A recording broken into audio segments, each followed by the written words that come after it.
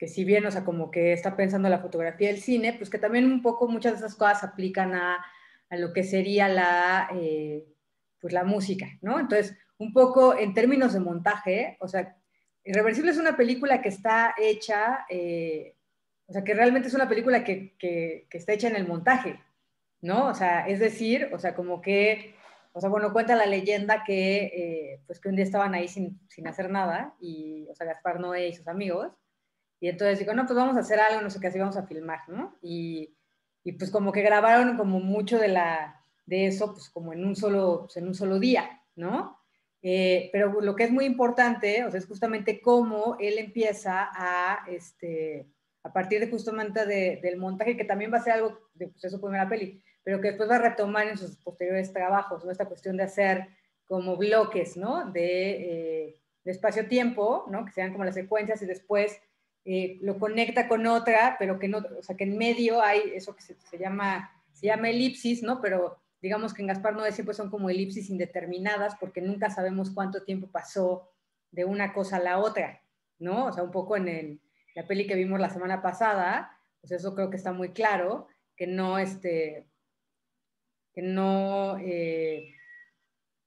o sea, como no sabíamos realmente cuánto tiempo había pasado de una escena a la otra, ¿no? Y lo otro es también que justamente esta película, al hacerla ahora sí que al revés, ¿no? Que es muy interesante porque además toda la primera secuencia, bueno, que es justo la secuencia inicial, es muy alucinante, ¿eh? Porque yo siempre les digo que qué es lo que está viendo ahí, ¿no? O sea, quién está viendo, porque hay esta cosa de que en el cine está como el punto de vista. Y un poco acá es muy interesante porque a mí me parece que en toda esa primera secuencia donde está la cámara como más bien volando, ¿no? Y entra a la habitación de estos que están platicando y entonces después ya baja al, al antro, ¿no? Y está ¿Quiénes como son todo ellos este dos? movimiento, ¿eh?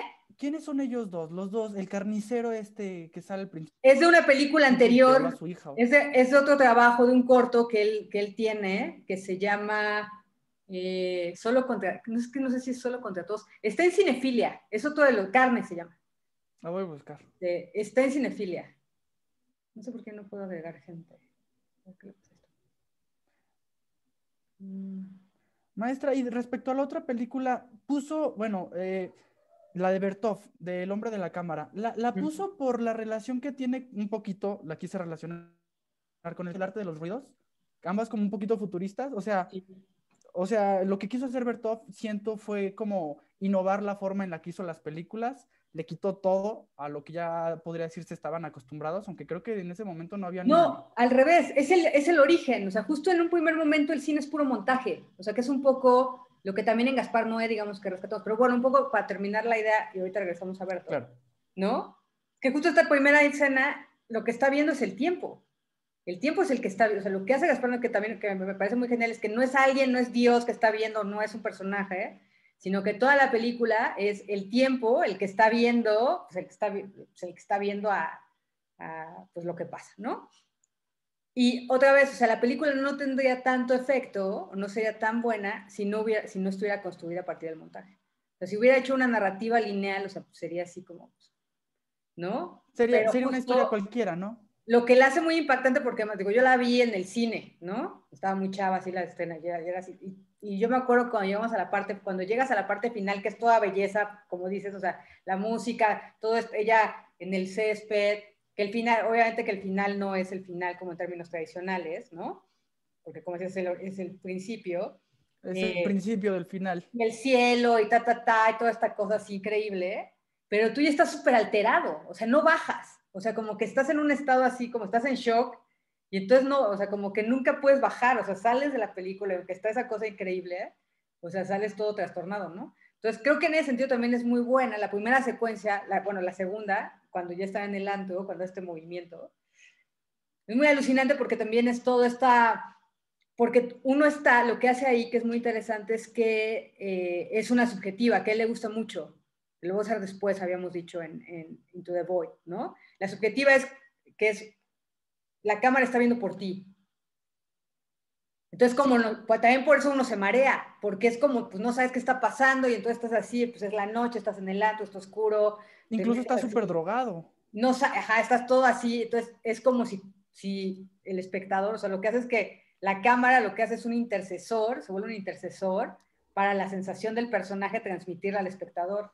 Entonces, ese como También cuando la vértigo chica, sí, cuando lo la chica la induce. están violando, ponen la cámara justo como si tú estuvieras acostado ahí tirado junto con ella viéndola y no puede hacer nada. Y en ciertas partes la chava te da las manos como, bueno, siento que no lo Sí, quita sí. nada. Y la primera vez que mueven la cámara, hasta se escucha cuando la agarran, la mueven y cambian el enfoque y otra vez como para que tú veas bien, pero como si tú estuvieras ahí y como que hasta la chica te ve, no sé, siento, o sea, sí te Sí, hace sí. los pelos a todo. Esto es un punto, pues es muy buen ejemplo, otra vez para hablar de Benjamin, porque justo Benjamin cuando habla, en la parte que les dejé para hoy, cuando habla de que justamente el cine lo que va a tener es, y tenemos que decir la música también, es, porque además lo que habrá que decir también es de que el cine es como, surge de esa unión entre estas dos tecnologías, obviamente la fotografía y la grabación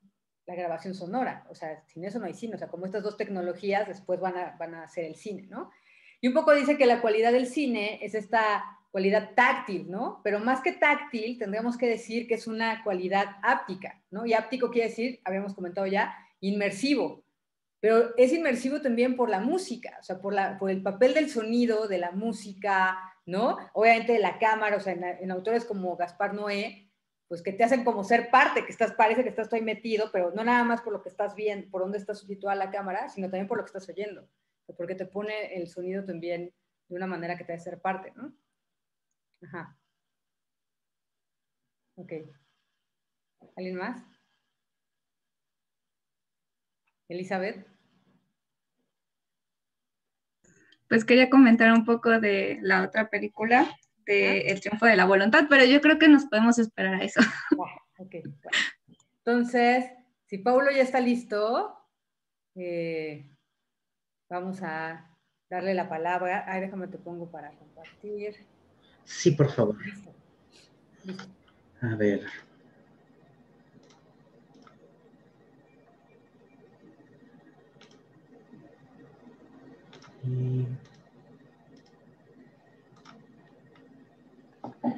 Muy bien, ¿ya están viendo la presentación? Sí. Perfecto. Afirmativo. Pues bueno, vamos allá. Ok. Antes de comenzar de lleno la exposición sobre Satie, creo que es particularmente importante que expliquemos un poco el contexto histórico en el cual estamos parados. Creo fundamentalmente que para poder acercarnos a un compositor tan multifacético como lo fue Satie, no podemos descontextualizarlo de su época. Así que, entonces, París, 1900. Como diría Diego Fisherman en el segundo capítulo de su libro La música del siglo XX, la palabra clave para esta época es fascinación. Los franceses se fascinan con el inconsciente, con el arte japonés, con el ragtime, con el primer jazz que llega de Estados Unidos y con casi cualquier cosa que recuerde a mundos salvajes y desenfrenados. Lo vimos un poco con las exposiciones de Debussy y de Ravel, desde las obras de Pagod como hasta Lo que vio el viento de oeste en Debussy, hasta el uso de escalas pentatónicas y el jardín japonés de Ravel, lo oriental es un ejemplo de la fascinación en estos compositores. En este momento Francia tenía una segunda revolución, pero esta vez era una revolución estética. Y aunque muchos de los artistas de esta revolución no fueron franceses, París lentamente se llenaba con aires de vanguardia. Los primeros 30 años de este siglo trajeron consigo el derrumbe de valores morales, las crisis políticas, la Primera Guerra Mundial y la Revolución Rusa del 17, y por consiguiente la creación del socialismo, de la URSS y demás, ¿no? Pero todos estos eventos a su vez trajeron consigo un desenfreno artístico, un desenfreno que rompería con el contorno en la pintura, con la narración lineal en la literatura y con la narrativa de la poesía. Vamos a tener figuras como Picasso, Monet, Stravinsky, Hemingway y otros tantos que van a aparecer en la escena. Fisherman explica que hasta el siglo XIX toda la música de París era poseída en un mercado de consumo burgués. Sin embargo, desde la Revolución Francesa, la música lentamente abandona las cortes y las iglesias para instalarse en salones, cafés y cabarets. Y es allí en los cabarets y en medio de todos estos artistas que llegan a Francia a principios de siglo que vamos a encontrar a Erik Satie. Entonces, en el curso de nuestra exposición trataremos dos puntos de vista. Bueno, vamos a usar dos puntos de vista para intentar entender al compositor francés. Primeramente vamos a hablar un poco de su vida y su relación con la academia y los cabarets. Y después nos centraremos en su trabajo con las vanguardias de Francia. De nombre completo, Éric Alfred Leslie Satie fue un pianista y compositor francés que nació en mayo del 66 y falleció en junio del 25. Contemporáneo a un montón de músicos, desde Ravel, Fauré, Saint-Saëns y muchos otros, no sería con estos compositores con quienes establecería las relaciones de trabajo más importantes que definirían la manera en la que percibimos a Satie. Si bien es cierto que la música temprana de Satie fue popularizada por Ravel y por Debussy, que orquestó algunas de sus gimnopedias, creo que el impacto de la música de Satie se dio fuera del ámbito académico. Y un poco a razón del rechazo mutuo que tanto Satie como la academia sentían el uno por el otro. Él nunca fue un músico de conservatorio y tuvo una relación muy complicada con la academia. Cuando tenía 13 años en 1879, entró al Conservatorio de París. Allí él sería catalogado como el alumno más flojo del conservatorio y sería expulsado al cabo de 3 años. Y tampoco es como que Satie estuviera muy cómodo allí, o sea, él describía el edificio del conservatorio como enorme, incómodo, bastante feo, y una especie de penitenciaría local sin encanto exterior o interior. A la edad de 19 años y bajo la insistencia de su madrastra, Satie volvió a solicitar su ingreso al mismo conservatorio, pero los resultados realmente no fueron muy distintos. Al año se dio de baja y se incorporó al servicio militar. De hecho, durante su última instancia en el conservatorio, sus maestros de piano considerarían que las interpretaciones de Satie fueron inútiles. Su paso por el ejército tampoco fue algo que lo emocionara, porque según registros, 4 meses después, y con la intención de darse de baja, se quitó la playera, se acostó bajo las estrellas en una noche de invierno y se causó una bronquitis que le duró 3 meses. Pero terminó saliendo en el 87 de su servicio militar. Durante este tiempo, Satie conocería a uno de sus amigos que más tuvo influencia en su vida, que cambiaría el rumbo de su carrera y lo llevaría a su época de gimnopedista. J.P. Contamine de la Tour, a pesar del nombre muy francés, era un poeta español que vino de Barcelona y que llegó a París en más o menos 1880. Era 10 meses más... Me está gustando cómo expone. Ok. ¿Dónde me quedé? Así. Era 10 meses más joven que Satie y lo introdujo verdaderamente a su vida bohemia.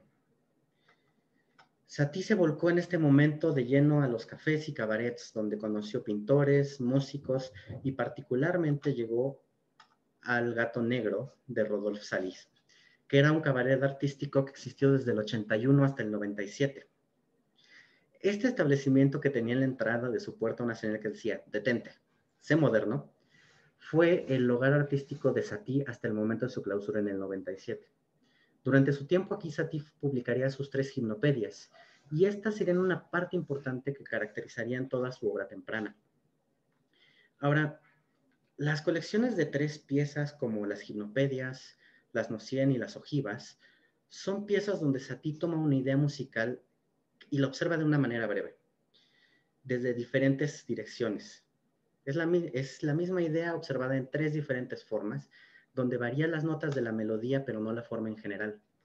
Si ustedes observan las partituras de estas colecciones, los bajos, las líneas melódicas, el acompañamiento rítmico y la estructura en general son muy similares. Esto es lo que llevaría a Caroline Potter, sí, como Harry Potter, a escribir 2 libros sobre la música y la vida de Satie. En estos libros, Potter desarrolla la idea de que las estructuras repetitivas de Satie son conscientemente mecánicas y caracteriza estas piezas de Satie como una preocupación modernista por la tecnología y las máquinas, como una idea de humanizar lo mecánico. Y con respecto a esta idea, Satie escribe una de las piezas más curiosas, Vexación, que es esta que tienen en pantalla en este momento. Voy a traducir la nota del autor que está allí, disculpen si la estoy traduciendo mal, pero va más o menos así. Para tocar 840 veces este motivo, será bueno prepararse de antemano en el más grande de los silencios y con una inmovilidad seria. Esta es una pieza que Satie nunca publicó en vida, pero que vería la luz del día hasta 1950. Ahora bien, es John Cage quien la interpreta por primera vez en 1963. Y la interpreta según indicaciones de Satie. Reunió a varios intérpretes y estableció una política de, por cada 20 minutos que se queden en la sala, se les va a reembolsar 1 centavo del costo de la entrada. En esta idea de que mientras más arte consumas, menos debería costarte. La primera interpretación de esta pieza duró más de 18 horas. Y varias versiones de ella han durado desde 10 hasta 24. Ahora, sea que tomemos la postura de Potter o no, es interesante pensar que estas estructuras repetitivas en la música de Satie son precursoras a la música de mobiliario, de la cual vamos a hablar un poco más adelante. Es bien conocido que durante su juventud Satie y Debussy fueron buenos amigos y que se impulsaron unos a otros. Pero para 1890 esta relación era amarga y bastante distante. Es muy famosa la cita de Debussy donde él dice: Satie debería desarrollar su sentido de la forma, ya que sus piezas carecen de una estructura coherente. A lo que Satie publicaría una de sus obras más conocidas hasta ahora, Los 3 fragmentos en forma de pera. La pera es una alusión a las caricaturas que se hacían en 1831, burlándose de la forma de la cabeza de Louis Philippe y denotando que pues, era un tonto. Durante esta última década del siglo XVIII, Satie viviría un cambio muy fuerte en su vida, puesto que el gato negro clausuraría por la muerte de su fundador. Él terminaría mudándose a los suburbios de Arcueil, donde viviría una época de las mayores pobrezas que vivió en su época y varios bloqueos artísticos que ocurrieron constantemente entre 1890 hasta 1910 más o menos. Pero ahorita vamos a ocuparnos de nuestro segundo tema, el nuevo siglo y las vanguardias francesas. En el nuevo siglo, Satie es un compositor particularmente complicado de abordar, y sus colaboraciones con diferentes escuelas artísticas en este periodo es una de las razones de ello. Si bien Ravel decía en el texto de Yankelevich que, para mí, no hay varias artes, sino una sola. Música, pintura y literatura no se diferencian más que como medios de expresión. Así pues, no hay diversas especies de artistas, sino simplemente diversas especies de especialistas. Creo que Satie fue, al menos a mi parecer, quien mejor encarnó la postura de Ravel, pues no es frecuente encontrar compositores que como él se hayan interesado tanto por otras formas de creatividad. Escribió por lo menos 2 libros, decenas de poemas y otros escritos. Dibujaba cosas en servilletas, en papeles, particularmente edificios inexistentes o existentes, autorretratos y muchas otras cosas. Colaboró en cine. Estos son algunos de los dibujos de Satie. Eso es un autorretrato suyo. Colaboró en teatro, colaboró en cine, pero de todas estas artes, la pintura y la literatura siempre fueron su mayor interés. Satie, dice Ornella Volta, y empiezo cita, tal vez sea incluso el compositor que más ha meditado sobre los límites de la comunicación musical. Termino cita. En efecto, Satie no crea las marcas de carácter como lento y doloroso solo por gusto, sino como una forma de comunicarse con el intérprete más a fondo. Buscaba describir un estado de ánimo que ni alegro, ni pesante, ni lento, ni moderato pueden explicar. Satie ciertamente tiene una conciencia del papel del intérprete en la música, pues como plantea Benjamin al proponer la ontología de lo múltiple en la música existe solo en el acontecimiento y en su reproducción. Por eso creo que Satie desarrolla a lo largo de sus obras textos cada vez más específicos. Aunque hay otra opinión usual, que Satie en realidad sentía celos por la pintura, en tanto que la pintura podía crear obras al instante. Y usa los textos de una manera para embellecer sus manuscritos e intentar acercarlos visualmente a lo que la música debería transmitir. Son dos posturas distintas. Pero si tomamos este sentido, podemos pensar que Satie entendía la obra de arte en su ontología única y no plural. Ahora, es posible que la profunda reflexión que hace Satie entre el sentido musical y textual venga de este encuentro con las otras artes. Lo que es cierto es que no todos los textos que Satie usa en sus obras mantienen una relación entre el significado y la música. No, todavía no, pero bueno, lo dejo ahí. Satie era un compositor, creo yo, que se guiaba más por intuición que por técnicas y oficios. No estoy seguro si él llegó a leer a Nietzsche, pero pienso que intuitivamente era nietzscheano. Sí, lo llegó a leer, perfecto.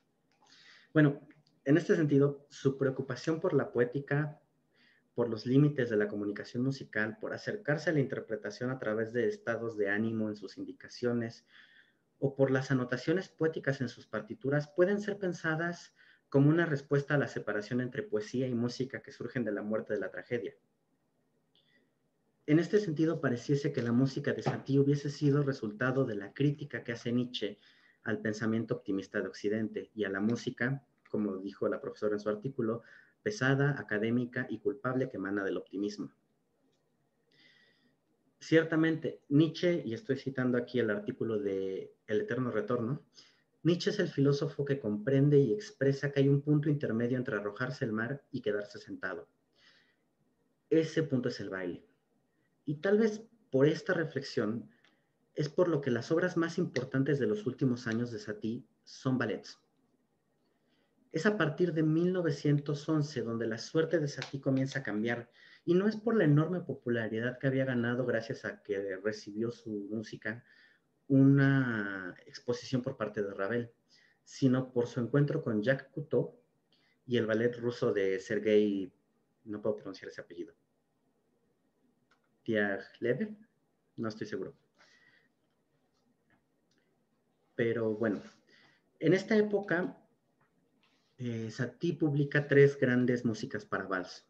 Parade, que la subía el grupo, Mercurio y Relâche. Fueron estos los 3 ballets que Satie escribe entre el periodo de 1916 y hasta el final de su vida en 1923-24. Parade fue la primera producción que contó con la ayuda de Cousteau como dramaturgo, Diaghilev como el representante del ballet ruso, y tenía la colaboración de incluso Picasso, que actuó como pintor y diseñador de vestuario y, obviamente, con la música de Satie. Aunque originalmente la música de este ballet se la habían encargado a Stravinsky, de hecho me acaba de comentar Eli hace media hora que Sergei también se había encargado de hacer los ballets de Stravinsky, Stravinsky rechazó el libreto y fue cuando Cousteau sugirió que Satie hiciera la música. A diferencia de los ballets rusos, Parade era un desvío al mundo mundano y el entretenimiento parisiano, y estaba destinado desde el principio a ser un completo escándalo. Y es en este momento donde Satie obtiene su mayor reconocimiento, pero no viene por medio de la academia, viene por parte de revistas de moda y estilo como Vanity Fair y Vogue, y entre muchas otras que comentaron la música de Satie. Y un poco bajo la pluma del mismo Cousteau, describieron a Satie como el líder de los músicos futuristas, y al mismo tiempo que a Picasso como el líder de los cubistas. Alabando ritmos puros y melodías francas, Cousteau catalogó la obra con una sensibilidad modernista de un encanto ambiguo. Voy aquí a hacer una cita de la reseña de Cousteau. El estilo impresionista de Debussy y Ravel, de acuerdo a Cousteau, era obsoleto. Suficientes nubes, olas, acuarios y perfumes de la noche. Stravinsky simplemente extendió la tradición rusa de Mussorgsky, Rimsky-Korsakov, con ritmos más agresivos. En contraste, la música de Satie es del día a día, captura la verdadera esencia de la vida moderna. Parade ciertamente puso a Satie en el centro de las vanguardias de Francia. Cocteau y Satie eran presentados como los avatares de todo el modernismo francés. Entre el periodo de 1921 y 22, Satie aparecería en más de 8 artículos de diferentes revistas que hablaban de su música. Sin embargo, la siguiente producción de la compañía de ballet ruso terminaría tajantemente la colaboración de Satie con este grupo, pues esto resultó cuando Poulenc y Auric, dos músicos que eran cercanos a Satie, que creo que era el grupo, que eran parte del grupo de los 6, fueron alabados por sus contribuciones musicales al proyecto de Monte Carlo, mientras ignoraron por completo la música que Satie hizo para el proyecto. Satie se separa de la compañía del ballet ruso, y en 1920 más o menos llega Tristan Tzara, que es el fundador del dadaísmo, a París. De una forma muy básica y muy resumida, el dadaísmo es una crítica a romper con los estándares artísticos y los cánones estéticos anteriores.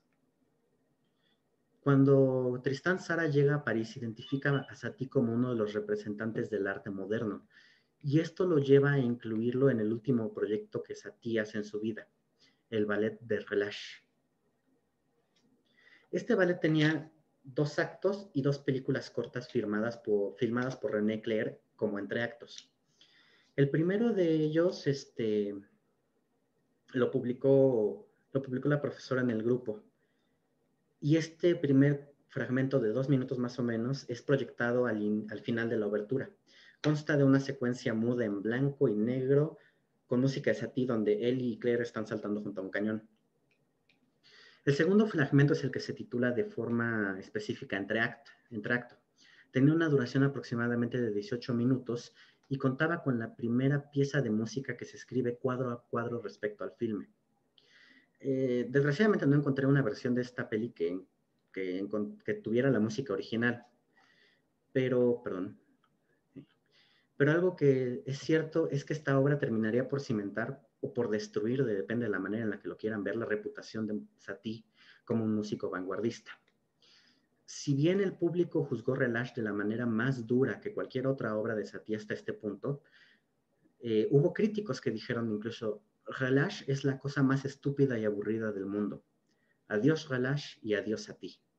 Pero Picabia, que fue el pintor y escenógrafo, me parece, de esta producción de Relâche, termina diciendo que era una obra maestra y una pieza perfecta, diciendo al final: larga vida Satie. Ahora, quiero hablar momentáneamente sobre lo que es la música de mobiliario. Es importante que recordemos que a principios del siglo XX el mundo se llena de ruido. La música aparece como una realidad inescapable en el horizonte de cualquier ciudad. Esta se había salido de salas de conciertos y salones privados para inundar cafés, cabarets y espacios tanto públicos como privados. El fonógrafo y el gramófono permiten el fácil acceso a la música que antes estaba reservada para ser interpretada en vivo. Pero no solo la música había tomado posesión de la esfera oral pública, sino también los ruidos que el ambiente moderno trajo consigo. Desde carros hasta máquinas, el mundo ya no estaría de nuevo en silencio. Bajo este contexto, Satie propone la música de mobiliario como una música atmosférica con una función similar a la decoración visual. Voy a citar a Satie. La música de mobiliario es básicamente industrial. Por costumbre, usualmente, se pone música en ocasiones en que la música no pinta nada. Nosotros queremos lanzar una música compuesta para satisfacer las necesidades útiles. El arte no entra dentro de estas necesidades. La música de mobiliario crea vibración, no tiene otra finalidad. Desempeña la misma función que la luz, el calor y el confort en todas sus formas. Creo que Satie, a reserva de que la profesora me corrija después, conceptualiza la música de mobiliario como una idea de la que venimos hablando a lo largo del curso. El mundo es musical, y al proponer una música que existe siempre en el fondo, es proponer una música que va más allá del acontecimiento, más allá del momento de la interpretación. Es proyectar la música con una conexión espacial directa a la música que ya está en el mundo. Sea esta interpretación o algunas otras que existen por allí, desgraciadamente cuando Satie intentó probar la música de mobiliario, en el estreno de una galería infantil en 1920, las personas se detenían a escuchar la música a pesar de las invitaciones del compositor a caminar, comer y beber. Incluso hay testimonios que en algún punto de la noche Satie les gritó al público: hablen por el amor de Dios, muévanse y no escuchan. Pero finalmente podemos decir que de una u otra manera, Satie fue el precursor de la música de elevador y de la música de Sanborns.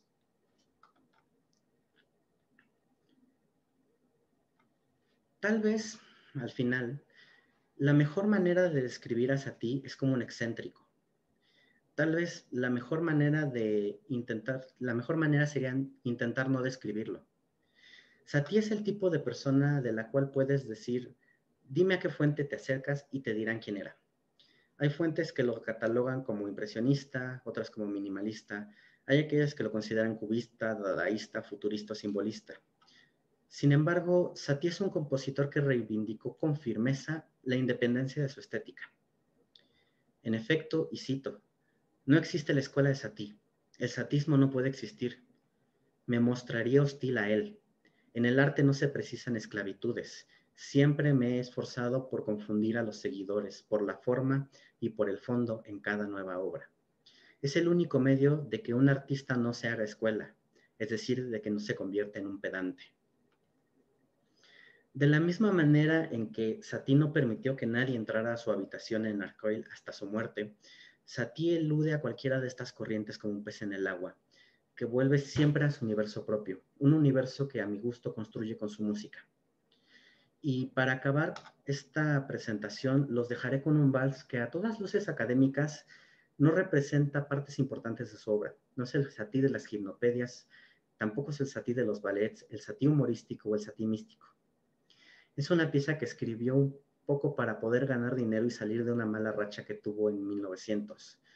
Pero en una pieza tan aparentemente atípica, tan aparentemente extraña, también creo que podemos hallar a Erik Satie.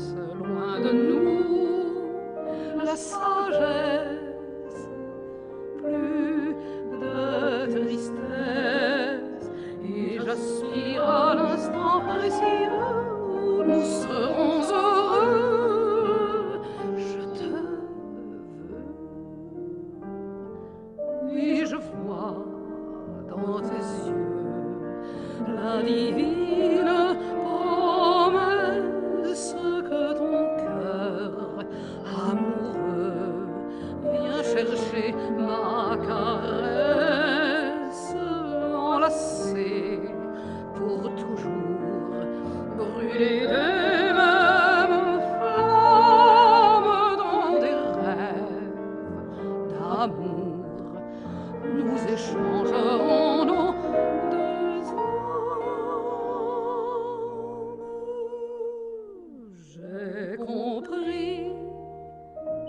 ta détresse.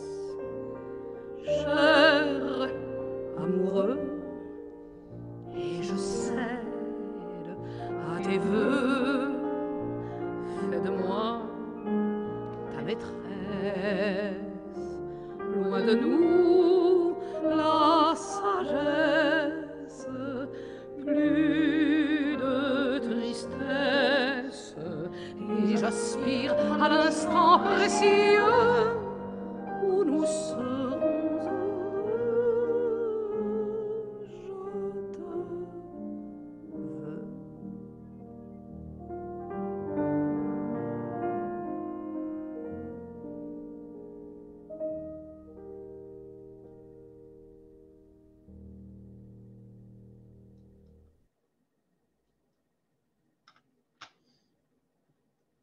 Y esa es mi exposición. Ay, muy bien. ¿Preguntas, chicos? ¿Quieren decir algo? Felicidades, se aprecia una muy buena exposición, de verdad. Muy buena exposición. Felicidades, Paulo. Gracias. Por eso es más bonito oírlos exponer a ustedes. Muchas gracias, qué bonita exposición. Sobre todo porque Satie, o sea, creo que es como alguien olvidado, que va a estar olvidado mucho. Creo que dijiste cosas muy, muy importantes. Porque justo, digamos que esta cuestión como también atípica, ¿no? Del mismo Satie, hay una serie de elementos ahí en su música que creo que se van a revalorar, o el único que los revaloró, o sea, justamente va a ser John Cage, ¿no? Porque John Cage, bueno, se revisa como los escritos de John Cage, o sea, obviamente hay referencias a Satie, o sea, como que no es, que no lo reconozca, creo que más bien al contrario, o sea, siempre es alguien que está como hablando de la importancia de Satie, sobre todo o sea, como hay muchas cosas que yo creo que en Cage van a venir justamente de la influencia de Satie, pero que a la vez en Satie también tiene una influencia en otros, ¿no? Por ejemplo, la escritura en Satie, ¿no? O sea, en Satie la escritura, o sea, más allá de la crítica y esto, además de tener como todo un carácter irónico, ya habíamos comentado esto, además de que pues esta generación sí leyó a Nietzsche, o Satie es absolutamente nietzscheano, o sea, la cuestión de los juegos, o sea, o sea, como la cuestión de la ironía, o sea, toda esta cuestión como lúdica que hay en su música, en su escritura,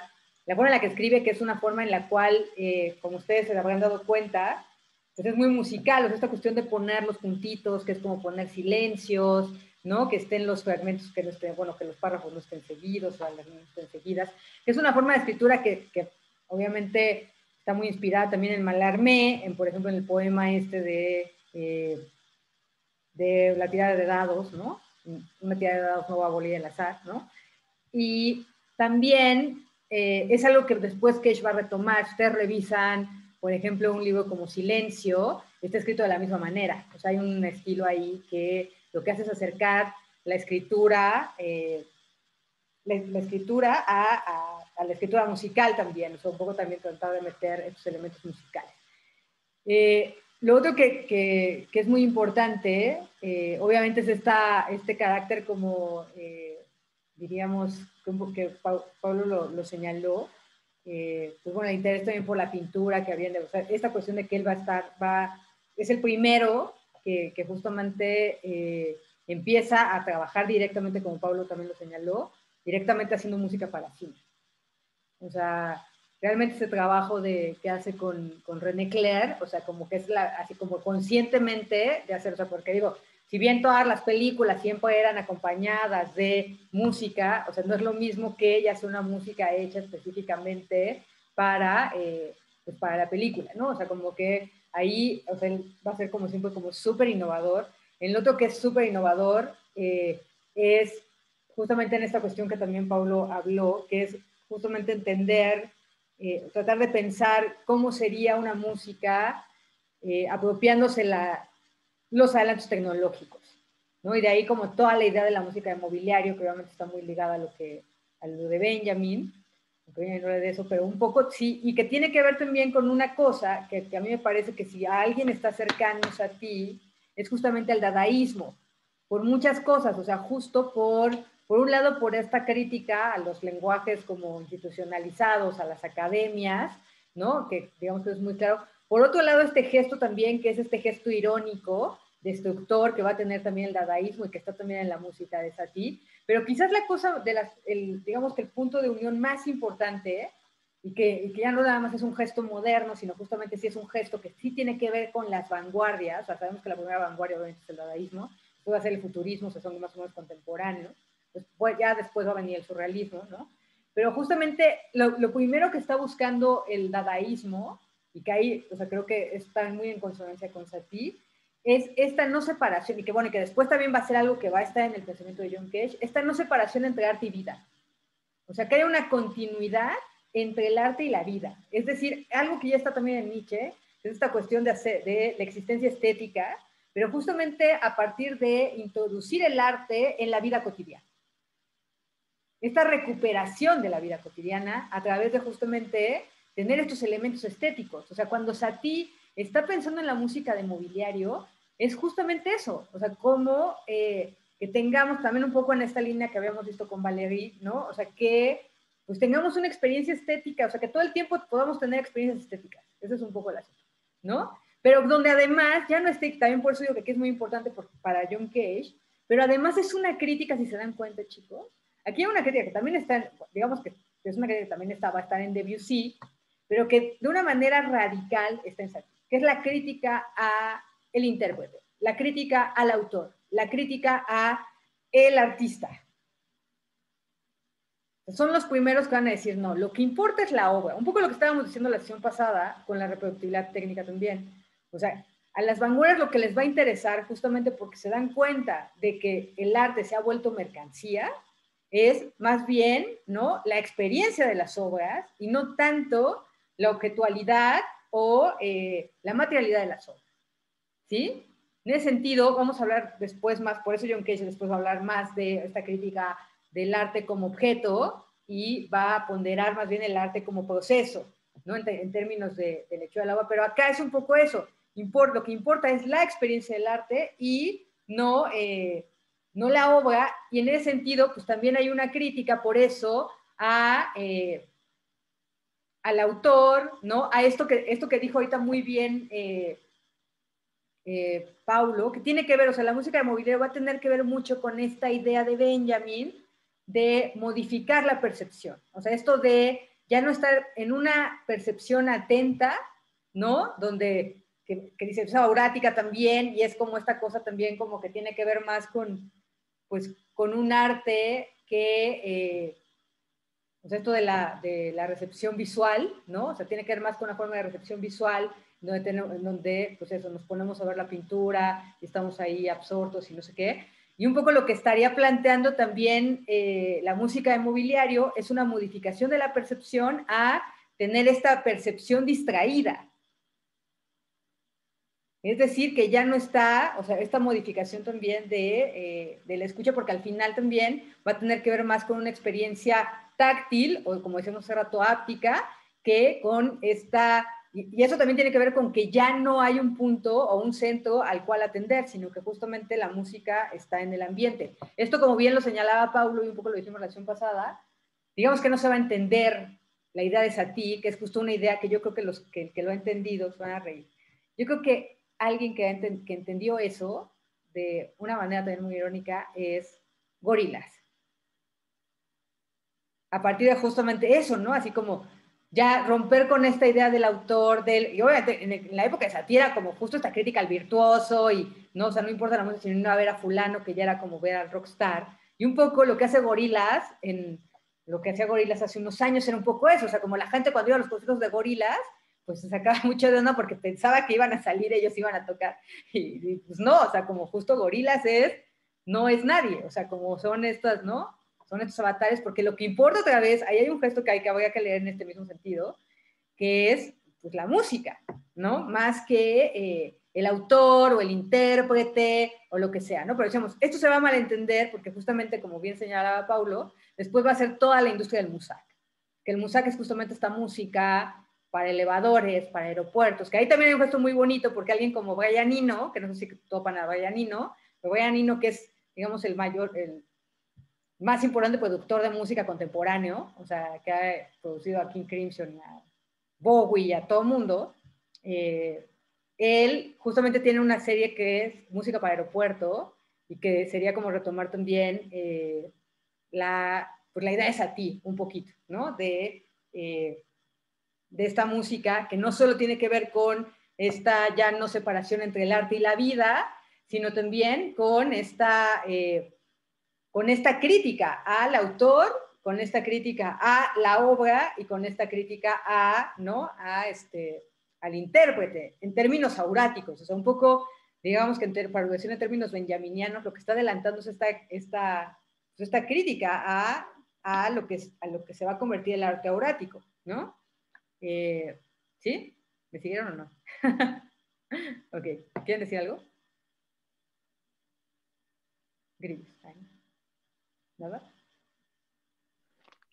Respecto al texto o Ajá. respecto a todo. De todo. Bueno, todo.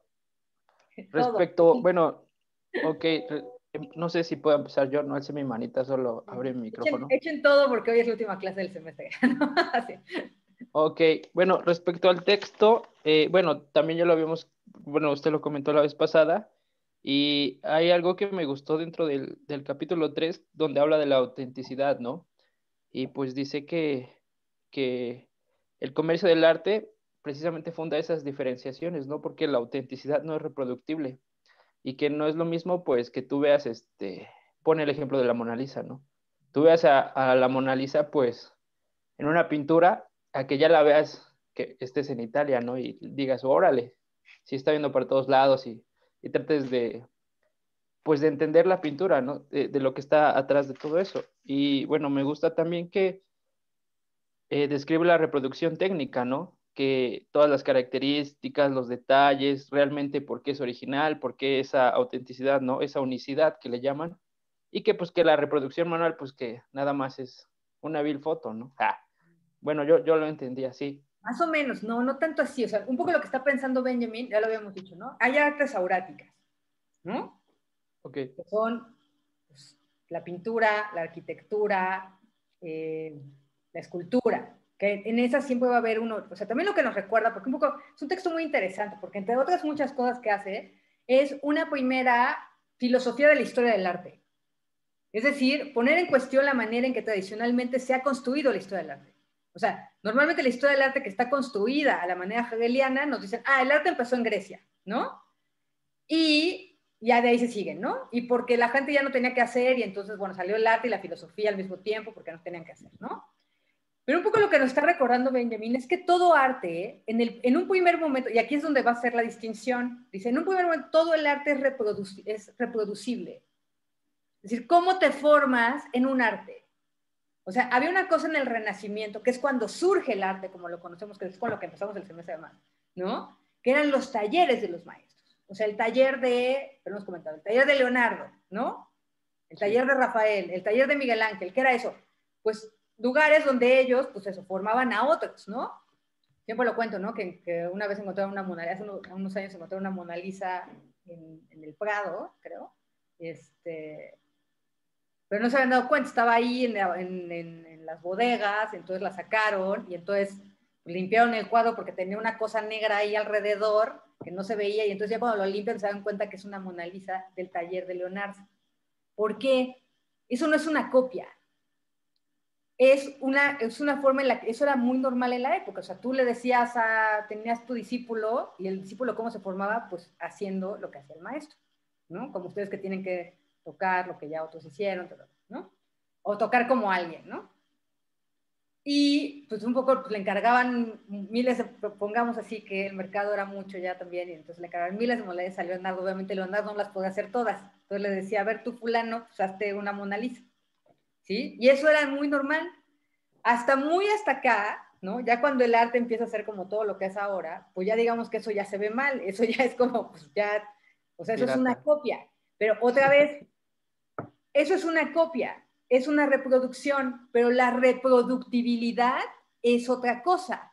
La reproductibilidad es una característica intrínseca a las nuevas formas del arte, que ya no son auráticas, que ya tienen otra forma, que son la fotografía, el cine, y un poco lo que comentaba en la sesión pasada, es la música también, no solo la música en tanto aparatos de reproducción y grabación sonora, sino también la forma en que la música siempre se ha dado.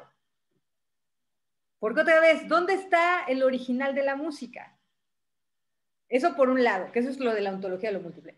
Pero un poco esta cuestión de la autenticidad que yo sé que les preocupa, pero un poco lo que está criticando Benjamin es que este valor de que la Mona Lisa sea auténtica, de repente es lo que parece que le da el valor mercantil, ya no un valor estético.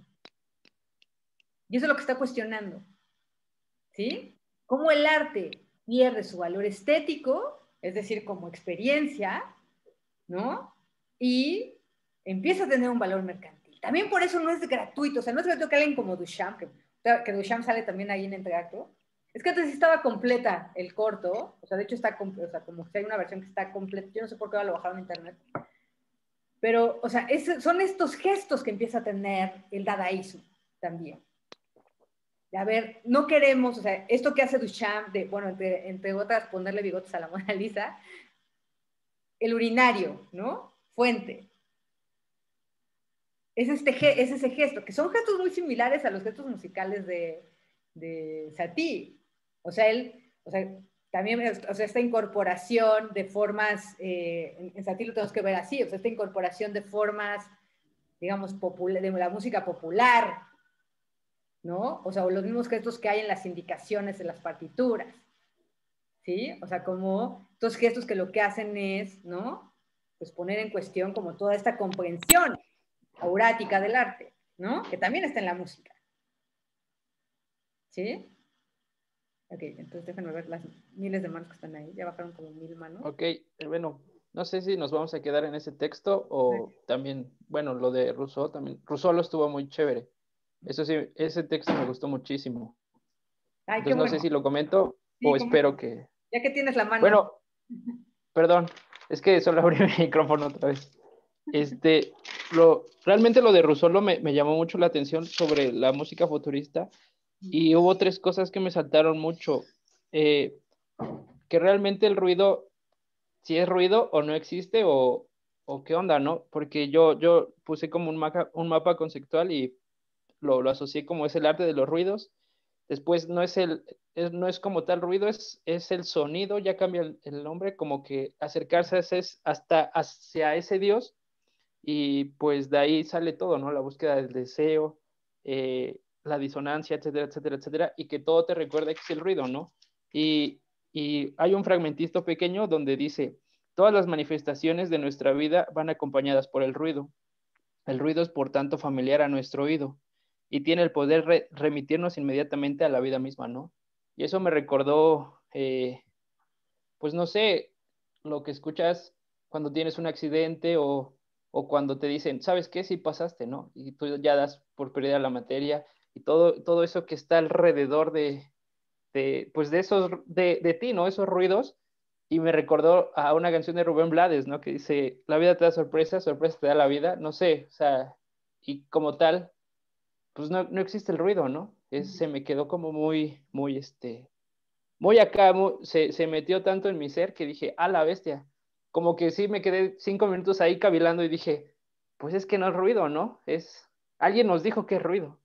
Entonces, no lo sé, ¿no? Y al final está bien chévere porque dice que él no es músico, ¿no? Que es pintor y que por eso se atreve a hacer cosas que los músicos no hacen, ¿no? Y dije, ¡ah!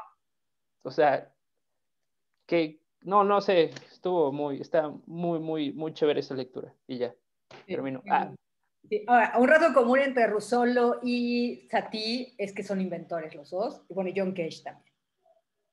¿No? O sea, bueno, John Cage, el papá de John Cage era inventor y él un poco también tiene esa cosa, ¿no? Entonces también generar máquinas musicales, o sea, un poco en el caso de Russolo, que hace como el entonar ruidos, en el caso, bueno, de Satie, pues todos estos diseños que hacía de esto que dice ahí, ¿no? De estos instrumentos intocables, ¿no? Así que está increíble.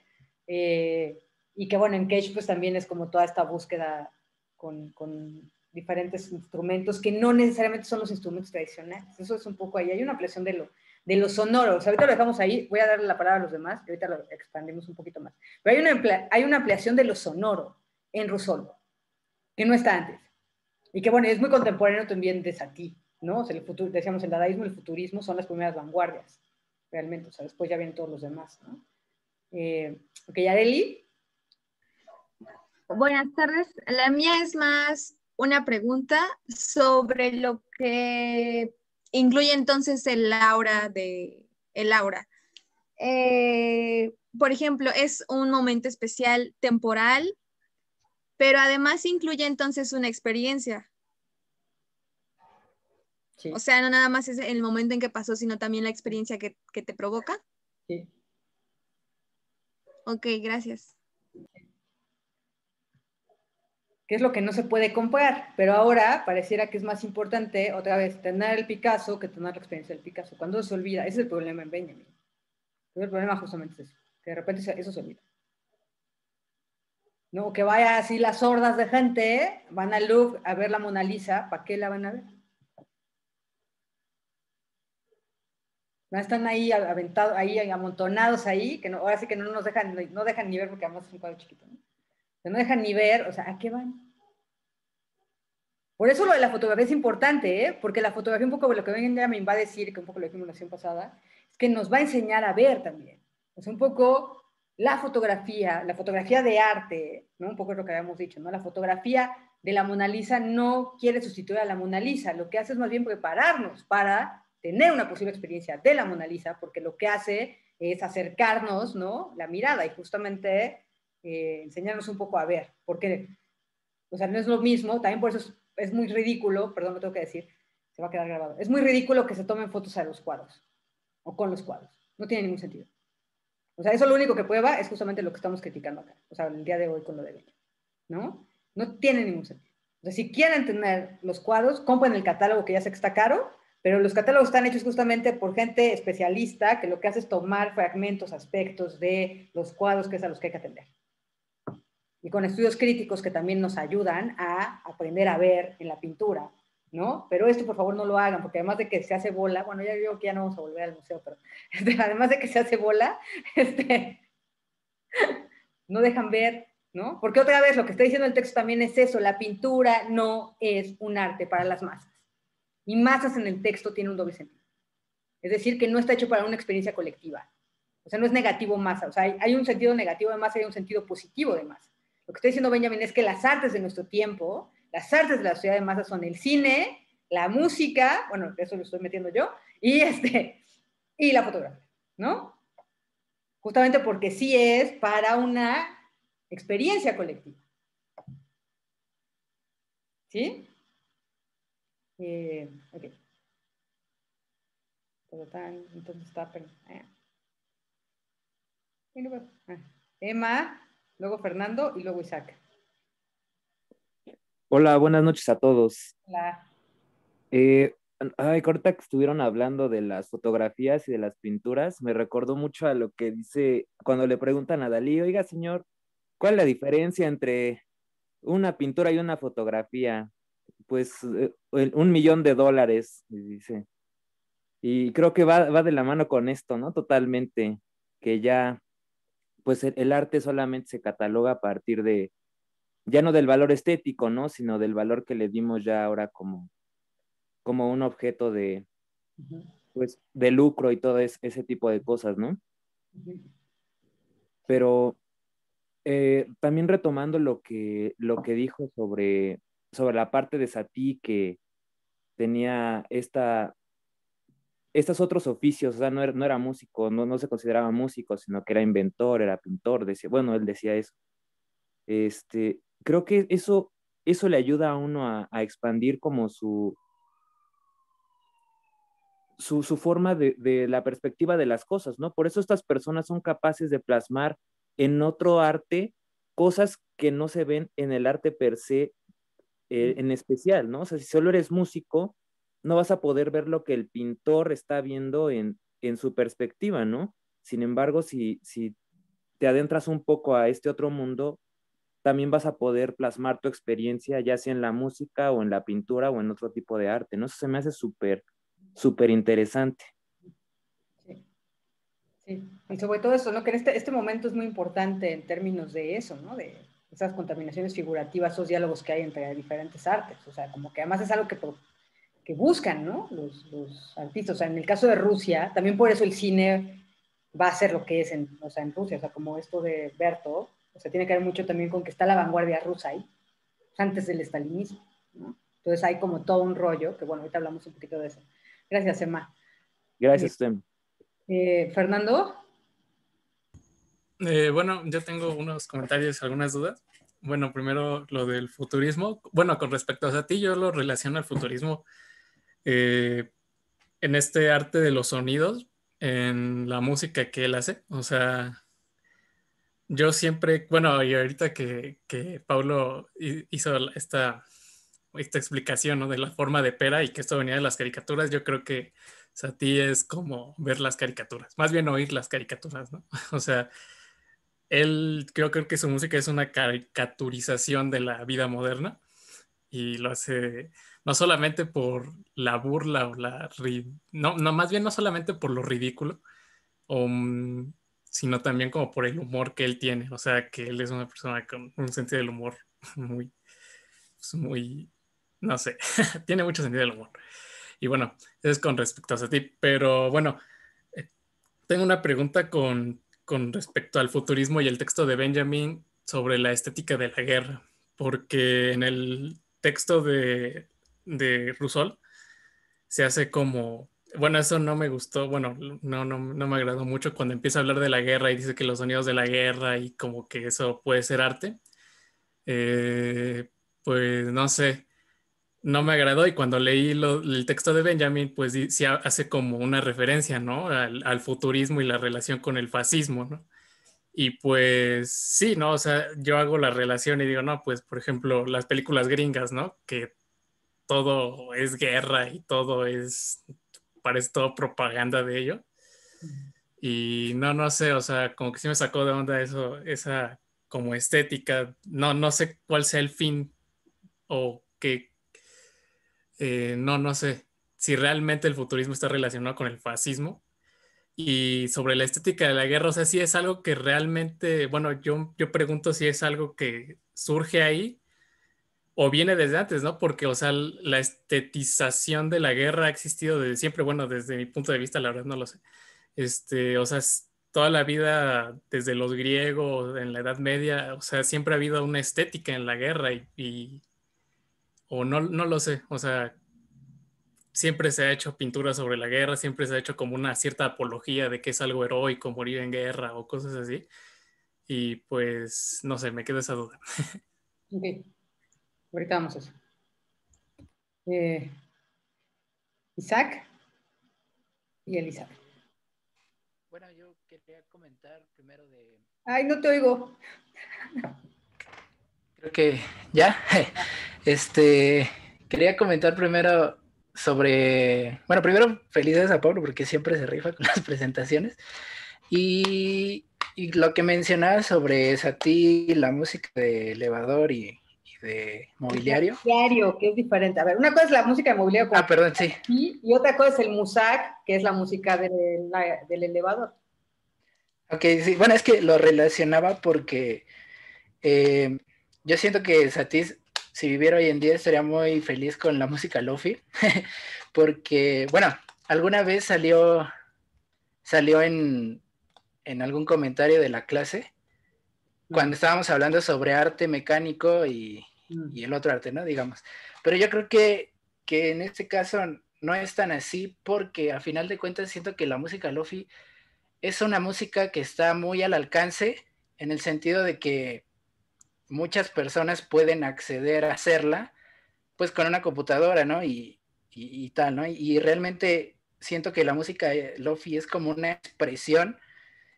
Alguna vez escuché, ¿no? Que era la expresión de la melancolía millennial, pero más bien yo creo que es una expresión de la melancolía moderna en realidad, porque si nos vamos a estas épocas de Satie y este ruido, ¿no? Del que se habla, era como algo nuevo, y no sé, o sea, han pasado 200 años, no sé, 100 años, perdón, no sé cuánto, y ahora, no sé, siento que este ruido y la velocidad de la ciudad es tal, deja como cierta melancolía, ¿no? O cierto,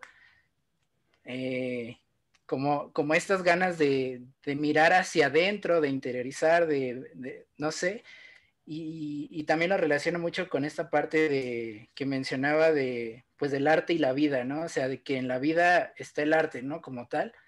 Y siento que estas expresiones muy contemporáneas hacen eso, ¿no? De relacionar, de poner el sample, de quitar, por ejemplo, de una pieza musical, quitarla de donde suena y recontextualizarla, ¿no? Y ponerle sonidos de lluvia, ponerle sonidos de personas hablando, etcétera.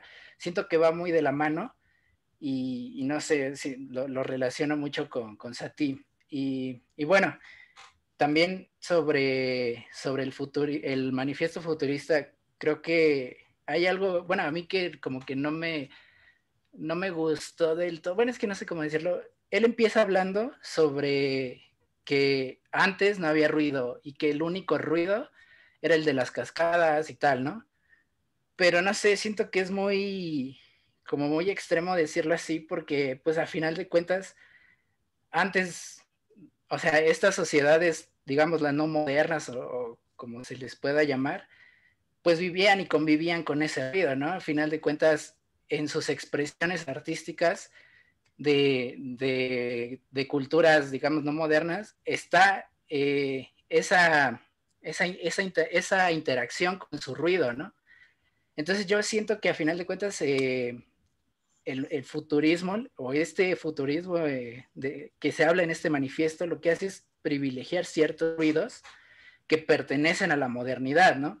Más allá de decir que antes no había ruido, es que la modernidad trajo ruidos nuevos y por lo tanto como que se centraron en ellos, ¿no? Como dejando de lado muchos otros tipos de ruido, ¿no? Y pues nada, o sea, como que siento como que eso no me cuadra del todo. Y bueno, nada más. Bueno, ahorita explicamos por qué. No es tan así, ¿no? Porque piensa esto. Tú en tu casa, los ruidos que hay en tu casa ya no los escuchas.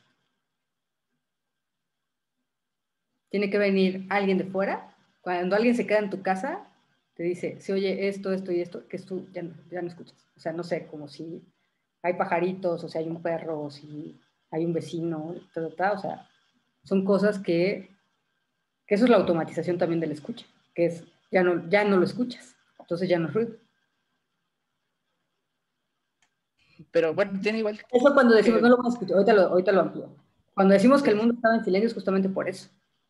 Porque, pues ya, o sea, cuando te cambias de casa, no sé si alguna vez te has cambiado de casa o has ido a otra casa y dices, hay muchísimo ruido porque no es tu casa y ahora sí que todo te suena. Pero cuando te acostumbras, ya no te suena. Dejas de escuchar. Y ahorita, bueno, amplío lo de Rousseau ahorita, ¿no? Pero una de las cosas, piensa eso que acabo de decir, que eso además nos pasa a todos. Está Elizabeth, creo. Elizabeth y luego Katia. Ahorita me surgió una duda sobre lo que estaba diciendo Isa, ¿cómo se llamaba la película donde se inmola, creo que era Domenico? Y claro, pues en Nostalgia. Ah, Nostalgia, sí, justo esa película, cómo utiliza los sonidos que hay, el agua, cómo hace ese... Lo hace audible. Ajá, lo hace audible y forma todo un soundtrack con eso. Y esa es la música que se lleva durante toda la película hasta que nos muestran la novena de Beethoven. Pero bueno, ese no era el comentario que iba a decir. Iba más relacionado con la experiencia colectiva de la que estábamos hablando, que tal vez no, o sea, no se logra con la pintura, pero sí con la música. Y es algo que queda súper plasmado con la película del triunfo de la voluntad. El cómo ya esta reproductibilidad técnica, claro, no es vista como un medio comercial, es algo que permite llegar a las masas. O sea, por ejemplo, los regímenes soviéticos y nazis, cómo utilizan este arte para reproducirlo y utilizarlo en su propaganda política, que era algo de lo que estaba hablando Walter Benjamin. El arte ya es visto como este medio de propaganda política para, por así decirlo, mover a estas masas. Y congregar de forma masiva a la gente del pueblo y exaltar ese sentimiento nacionalista, ya sea en desfiles, asambleas, sí, es algo que plasma súper bien el director de la película, no recuerdo su nombre, pero es impresionante. Es Y es directora. ahí donde coincido con usted. Es directora. Directora, sí. Leni Sí, Riefenstahl. me parece que le habían ofrecido dirigir a otro director y él se negó, pero pues esta directora hizo un trabajo impresionante con los enfoques, como, o sea, esos enfoques y desenfoques que no, o sea, parecieran ser muy naturales, esos movimientos tan naturales, y cómo justamente exalta esa cualidad inmersiva y se refleja súper bien en la música que utilizan. Ujú. Y bueno, ya, eso era todo lo que quería decir. Muy bien, gracias. Ahorita vamos a eso. Katia. Pues de hecho, yo tenía una duda muy similar a la que planteó el compañero Isaac respecto a la música de mobiliario. Yo la verdad no termino de entender bien el concepto y me gustaría si pudiera aclararlo un poco, porque de hecho a mí me recordó un poco a lo que veíamos ya hace varias clases sobre la música agradable que se mencionaba en la norma del gusto de Hume, pero no sé si es porque no acabo de comprender el concepto o si ya más bien no aplica o sea, para esta época esos parámetros que se mencionaban en Hume. No, pues es una música atmosférica. Entonces, lo que está buscando es una música atmosférica. Pero, y además eso, ¿qué es la gran diferencia, por ejemplo, ¿cuál es la gran diferencia entre el Musak y lo que está planteando Satie? Que la música que está planteando Satie no tiene intención. Por eso aquí hay un gran antecedente de John Cage. Es una música que lo que hace es, o sea, darte una sensación, ¿no? De esto que ya veíamos del confort, ¿no? Para ellos no es negativo, o sea, y sobre todo hay que entender que tiene que ver con la cuestión tecnológica, con tratar de pensar en cómo la música se modifica a través del aparato tecnológico, y también eso, la crítica al autor, al intérprete, al virtuoso, etcétera, ¿no? O sea, creo que en ese sentido es como muy importante. Lo otro es justamente eso, ¿no? Y que creo que es quizás, o sea, esta cuestión de no separación entre el arte y la vida, es decir, que todo que no hay esa jerarquía. O sea, al final el dadaísmo, o sea, y el surrealismo, o sea, tienen eso mismo, ¿eh? O sea, que no hay esta separación, porque justamente el arte ya se volvió eso, ¿no? Un poco esto que dice Benjamin, no tenemos una experiencia estética del arte, tenemos una experiencia ritual en sentido negativo. Es decir, nos seguimos relacionando con el arte como si fuera eso, ¿no? Como si fueran las reliquias de la Virgen, ¿no? ¿Sí? Y sí, claro. Lo mismo va a pasar con los políticos, ¿no? Con el Führer. Ahí hay unas cosas donde dicen, no, el Führer, ¿no? ¿Sí? O sea, el ídolo y el Führer. ¿Sí? Entonces, ¿cómo podemos tener una experiencia estética que ya no sea eso, ¿no? Que ya no sea aurática también. Que sea estética, que no esté supeditada a esta función mágico-religiosa.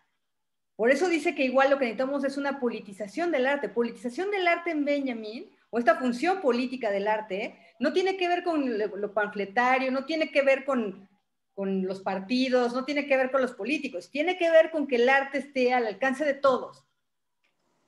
En términos de producción y en términos de experiencia. Ajá, ahora sí. No, nada, es simplemente que ya me quedó mucho más claro, muchas gracias. Sí, que es muy diferente, porque nosotros, o sea, como decimos, ay, no, pues el aparato, o sea, no, ay, sí, no, pero un poco ellos lo están viendo como en sus posibilidades también críticas, ¿no? Sí. Que todos podamos escuchar música ahorita en nuestra casa, bueno, es muy bueno, también tiene sus puntos. Ahora, respecto justamente a lo de Russolo, aquí esto es muy importante, porque lo que está haciendo Russolo es justamente abrir algo, es que otra vez, o sea, como que hay que situarnos un poco en dónde están los textos. Son textos que están escritos a principios del siglo pasado. Y lo que están abriendo. Lo que está abriendo Russolo es una cosa que después con John Cage va a ser ya pues nos queda muy claro después con John Cage, pero el señor lo está abriendo. Es decir, ¿no? Y bueno, y con toda la música concreta. Lo que va a hacer Russolo es decir, romper la jerarquía entre que hay, ¿no? unos sonidos que hay que prestarles atención, que son los sonidos musicales, ¿no? Y los ruidos, que es como justamente pues, todo lo que no es un sonido musical. Y entonces ahí se amplía no solo el campo de ciudad, no solo se amplía la experiencia sonora, sino también, obviamente, pues la creación justamente de instrumentos que no son ya los instrumentos tradicionales. Entonces, ahí hay una cosa que es como súper importante, porque también no está planteando una jerarquía de unos sonidos sobre otros, por eso les llama ruidos. Lo otro es de que también, un poco lo que está diciendo es de que con la vida moderna, pues justamente tenemos muchos más ruidos. Lo que tenemos que pensar es eso, así como Debussy sale a escuchar el mar y sale a escuchar el bosque, pues solo está en la ciudad. Pues solo está escuchando los ruidos de la ciudad, que son justamente los de las máquinas. Ahora, si hay una cosa ahí que también por eso el futurismo no, digamos que no ha trascendido en la historia, ¿no? Que es justamente que tenían una afiliación con el fascismo italiano, ¿no? Ellos son italianos. Tienen esta afiliación con el fascismo, ¿no? Y además es muy loco porque, como ustedes saben, o sea, los fascismos por lo general pues tienden a ser muy conservadores. O sea, ya hablamos un poco en la sesión pasada de justamente toda esta crítica que van a hacer los nazis al arte de vanguardia, ¿no? Pero justo, o sea, aquí tenemos una excepción porque justamente como ellos eran fascistas,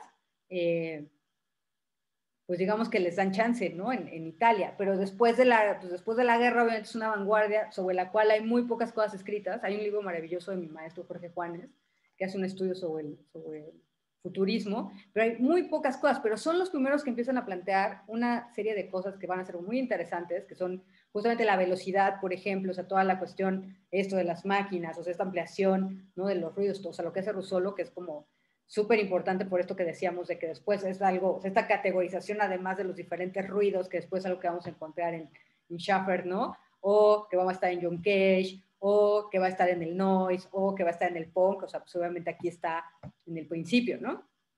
Digo, tampoco es que sean unos ingenuos, o sea, obviamente su afiliación política es una cosa, pero la cuestión estética es otra, o sea, realmente la pintura también futurista es muy interesante, son los primeros en pensar, o sea, en captar la velocidad, o sea, como todo la vertiginosidad de la vida moderna, en la pintura, o sea, tratar de captarlo en el gesto pictórico, son pues, el antecedente obviamente del cubismo, o sea, hay una serie de elementos estéticos que son como muy importantes, o sea, y que creo que pues que sí habría que también como entender, ¿no? Más allá de, obviamente, su postura política.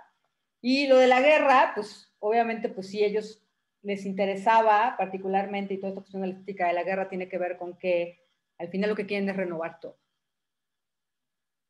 O sea, como justo, o sea, una radicalidad justamente de... Pero también aquí hay un punto común, o sea, que muchas vanguardias tienen, o sea, quizás en ellos es radical porque lo plantean en términos de la guerra, pero en todos, que todos son muy nichianos, en todos se está planteando un movimiento de destrucción. Se necesita la destrucción para la creación. Claro, ellos lo entienden de manera pues radical, ¿no? La destrucción de las ciudades. Lo dicen, ¿no? La destrucción de las ciudades para que surjan arquitecturas nuevas, ¿no? Pero bueno, un poco también ese mismo gesto de destrucción, digamos, en otro sentido, de replantear las formas históricas, pues también está en todo el arte de la época. En términos estéticos, ya, no políticos, ¿no? ¿Arely? Sí, yo quiero entender un poco la música de mobiliario, no sé si estoy en lo correcto, en que es como si la música que tenemos presente del universo la tuviéramos pero ahora de fondo en nuestra vida cotidiana, o sea que de por sí ya la tenemos, pero ahora con sonidos musicales, ¿no? ¿A eso se refiere la música de mobiliario entonces? Sí, un poco sí, un poco sí. Se refiere a, por ejemplo, o sea, esto siempre lo explico, es que más bien como, o sea, escuchen lo que les dije de Brian Eno, por ejemplo, en términos pictóricos, es por ejemplo lo que buscaba Rothko, que a través del color, o sea, generar una atmósfera, o sea, no es tan difícil. Quizás lo que es difícil es que lo pensamos en términos de, o sea, O sea, como que lo pensamos, por eso le estoy tratando de, o sea, por eso estoy insistiendo en eso. Cuando decimos una música atmosférica, una música de acompañamiento, inmediatamente lo entendamos mal. No quiere decir que no sea, o sea, pero otra vez lo que hay que entender es que es una música de acompañamiento porque lo que se está borrando es al autor. Es que la música esté sola. Que la música hable por ella misma. Que no haya alguien ahí. Que sea la pura sensación. Que no te lleve a ningún lado. Que no quiera decir nada también. Que solo esté el sonido. Como dice Cage, ¿no? Hacer que cada sonido, como cada persona, sea el centro del mundo. ¿Sí? Pero ahí no hay intención, también por eso, porque es quitar la intención, tampoco es que nos genere un estado, o sea, por eso estoy hablando de atmósfera, tenemos varias clases hablando de atmósfera, tiene que ver con, no es una intención, no es, siéntete de esta manera, por eso digo que es la gran diferencia con el musak, porque el musak es, a ver, en el aeropuerto, córrele, salte de aquí, ¿no? O sea, no nos damos cuenta, pero esa música está conduciendo nuestros actos. Estás en el restaurante para que te dé hambre, estás en el mall para que compres, estás en, ¿no? ¿Sí? Es la gran diferencia. Esto no nos induce nada. Simplemente estar, es como una contemplación sonora, ¿sí? Pero una contemplación en términos, pero no contemplación de que estoy viendo algo, es no estoy viendo nada. ¿Sí? ¿Está más claro? Supongo que no. Está peor, ¿no? Sí, gracias. No, ya está un poco mejor. Nino, bueno, no sé, a mí se me ocurre voy a Nino porque va a ser un ejemplo contemporáneo. Es muy difícil, chicos. Pues es que no escuchan a Satillo, ¿qué quieren que haga? Ireri. Bueno, no sé si esté muy equivocada al pensar que Satie es como un antecesor muy importante de Russolo, porque bueno, está como No, diciendo. Son contemporáneos. Bueno, antecesor en cuanto a idea, un poco, no sé, No, o sea, porque, ok, bueno, me refería porque pues Satie decía que la música de Mobiliario pues es como atmosférica y justo Russolo se da cuenta que pues el ruido es parte de la atmósfera, ¿no? Bueno, lo que llamamos ruido. Y pues no hay por qué como pues poner cierta jerarquía, ¿no? Como decía, yo no conocía a Russolo, apenas lo conocí con las piezas que puso y sinceramente primero se me hizo un poco como extraño de escuchar, sobre todo la pieza que es para soprano, porque dices, ay, qué bonito, ¿no? Y de repente empiezas a escuchar así como, pues los ruidos un poco, ¿no? Y te quedas así como, ¿qué está pasando? Pero pues yo después me detuve a pensar que pues esos ruidos pues siempre han estado en la música. Por ejemplo, en un concierto, no sé, oyes los cambios de páginas así, de que se me está cayendo la página, o de repente oyes así el piecito de alguien que está marcando el tiempo, o del público la típica tos y todas esas cosas, ¿no? Así que pues siempre ha estado ahí ese ruido de alguna manera y pues siempre ha como que estado involucrado en la música, pues igual es parte de la idea de 433, ¿no? Me parece, de John Cage. Y pues ya solo quería comentar eso. Está mucho en la música contemporánea. Mucho de la música contemporánea, o sea, incluye otros elementos sonoros. O sea, eso es lo que voy a decir. O sea, otros elementos sonoros que ya rompiendo también esta distinción entre ruido y, ¿no? Y sonidos musicales, ¿no? Gracias, Irene. Está Fernando. Sí. Bueno, iba a comentar que los sonidos no solamente, bueno, están en la música, digamos, como académica, sino también en la música popular. Bueno, yo lo veo, o más bien lo oigo porque lo oigo, en la música electrónica. O sea, no sé si han visto un video que se puso de moda hace como unos meses de unos japoneses que están haciendo música con unos televisores así con la estática y cosas así. O, por ejemplo, bueno, los DJs, bueno, también los de ahorita, pero por ejemplo en los 90s, los que sampleaban y tenían la tornamesa y hacían eso, pues esos pues pues no son notas, o bueno, no son sonidos, como diría Rousseau, más bien son ruidos que generan así, no están como jerarquizados como nuestra música. Y a mí me llama la atención, por ejemplo, la gente que hace beatbox imita estos sonidos y es como un solfeo propio para ellos. O sea, sería como nosotros que tenemos nuestra jerarquía de decir do, re, mi, fa, sol, la, si, do. La gente que hace beatbox, o sea, hace música con sonidos y eso, bueno, yo hice la relación y pues me llamó la atención. No, digamos que es diferente, o sea, como, a ver, lo que quiero que entiendan acá más bien es eso, Fernando, la radicalidad de esto. O sea, imagínate decir, cuando todo está, o sea, cuando la música es conservatorio,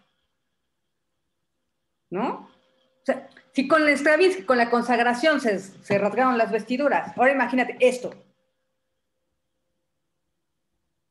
Leer esto a principios del siglo pasado. Que alguien diga esto a principios del siglo pasado y diga, a ver, el ruido del camión, o sea, los ejemplos que les puse, además tienen unos de máquina de escribir y demás, que ahorita en la música contemporánea, o sea, lo hace todo el mundo. Pero este señor lo está diciendo desde el principio de los tiempos. Eso es lo que es, o sea, sin este señor, o sea, sin Satie, no tenemos un John Cage que lo que va a hacer es justamente decir, a ver, es pantonalidad, es decir, todo es sonoro, o sea, ¿eso qué quiere decir? Que no hay una jerarquía de qué sonidos son dignos y cuáles no. Y eso en términos de la música es muy importante. Bueno, creo yo, ¿no? Porque justamente, ¿qué quiere decir eso? Que no haya jerarquía, que entonces ya podemos decir que eso de lo que tú acabas de hablar es música. Pero en esa época, o sea, ya era un así, un rasgarse las vestiduras, que Satie está haciendo música con música de cabaret. Es un poco lo que quiero creer es la radicalidad de esto. Digo, hasta para usted, o sea, como que no conozcan a Russolo, o sea, pues, está cañón, ¿no? ¿Por qué no conocen a Russolo? Porque seguimos pensando que la música es... ¿no? ¿Y este movimiento de Russolo vino antes o después del serialismo? Antes. ¿Antes? Claro. O sea, Schoenberg es después. O sea, bueno, las composiciones de Schoenberg, así como ya las, ¿no? Son después de esto.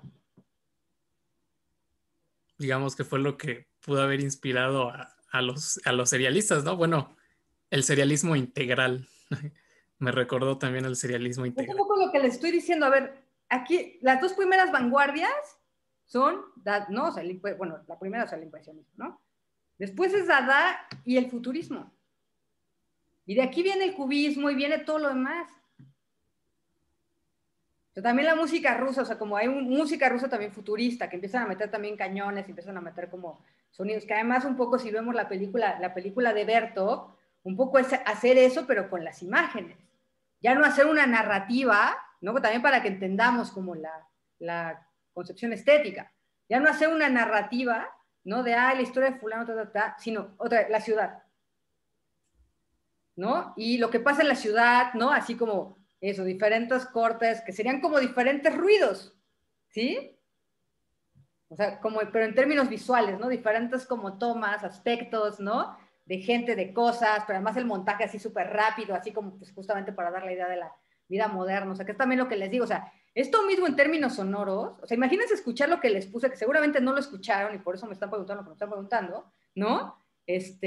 Escuchar eso cuando este señor lo está haciendo.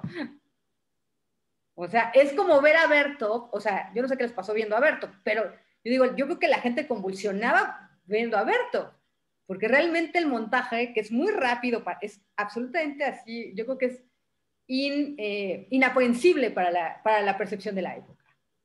Porque nosotros obviamente ya estamos más acostumbrados a la velocidad, porque pues, obviamente se iba acelerando como todo el asunto.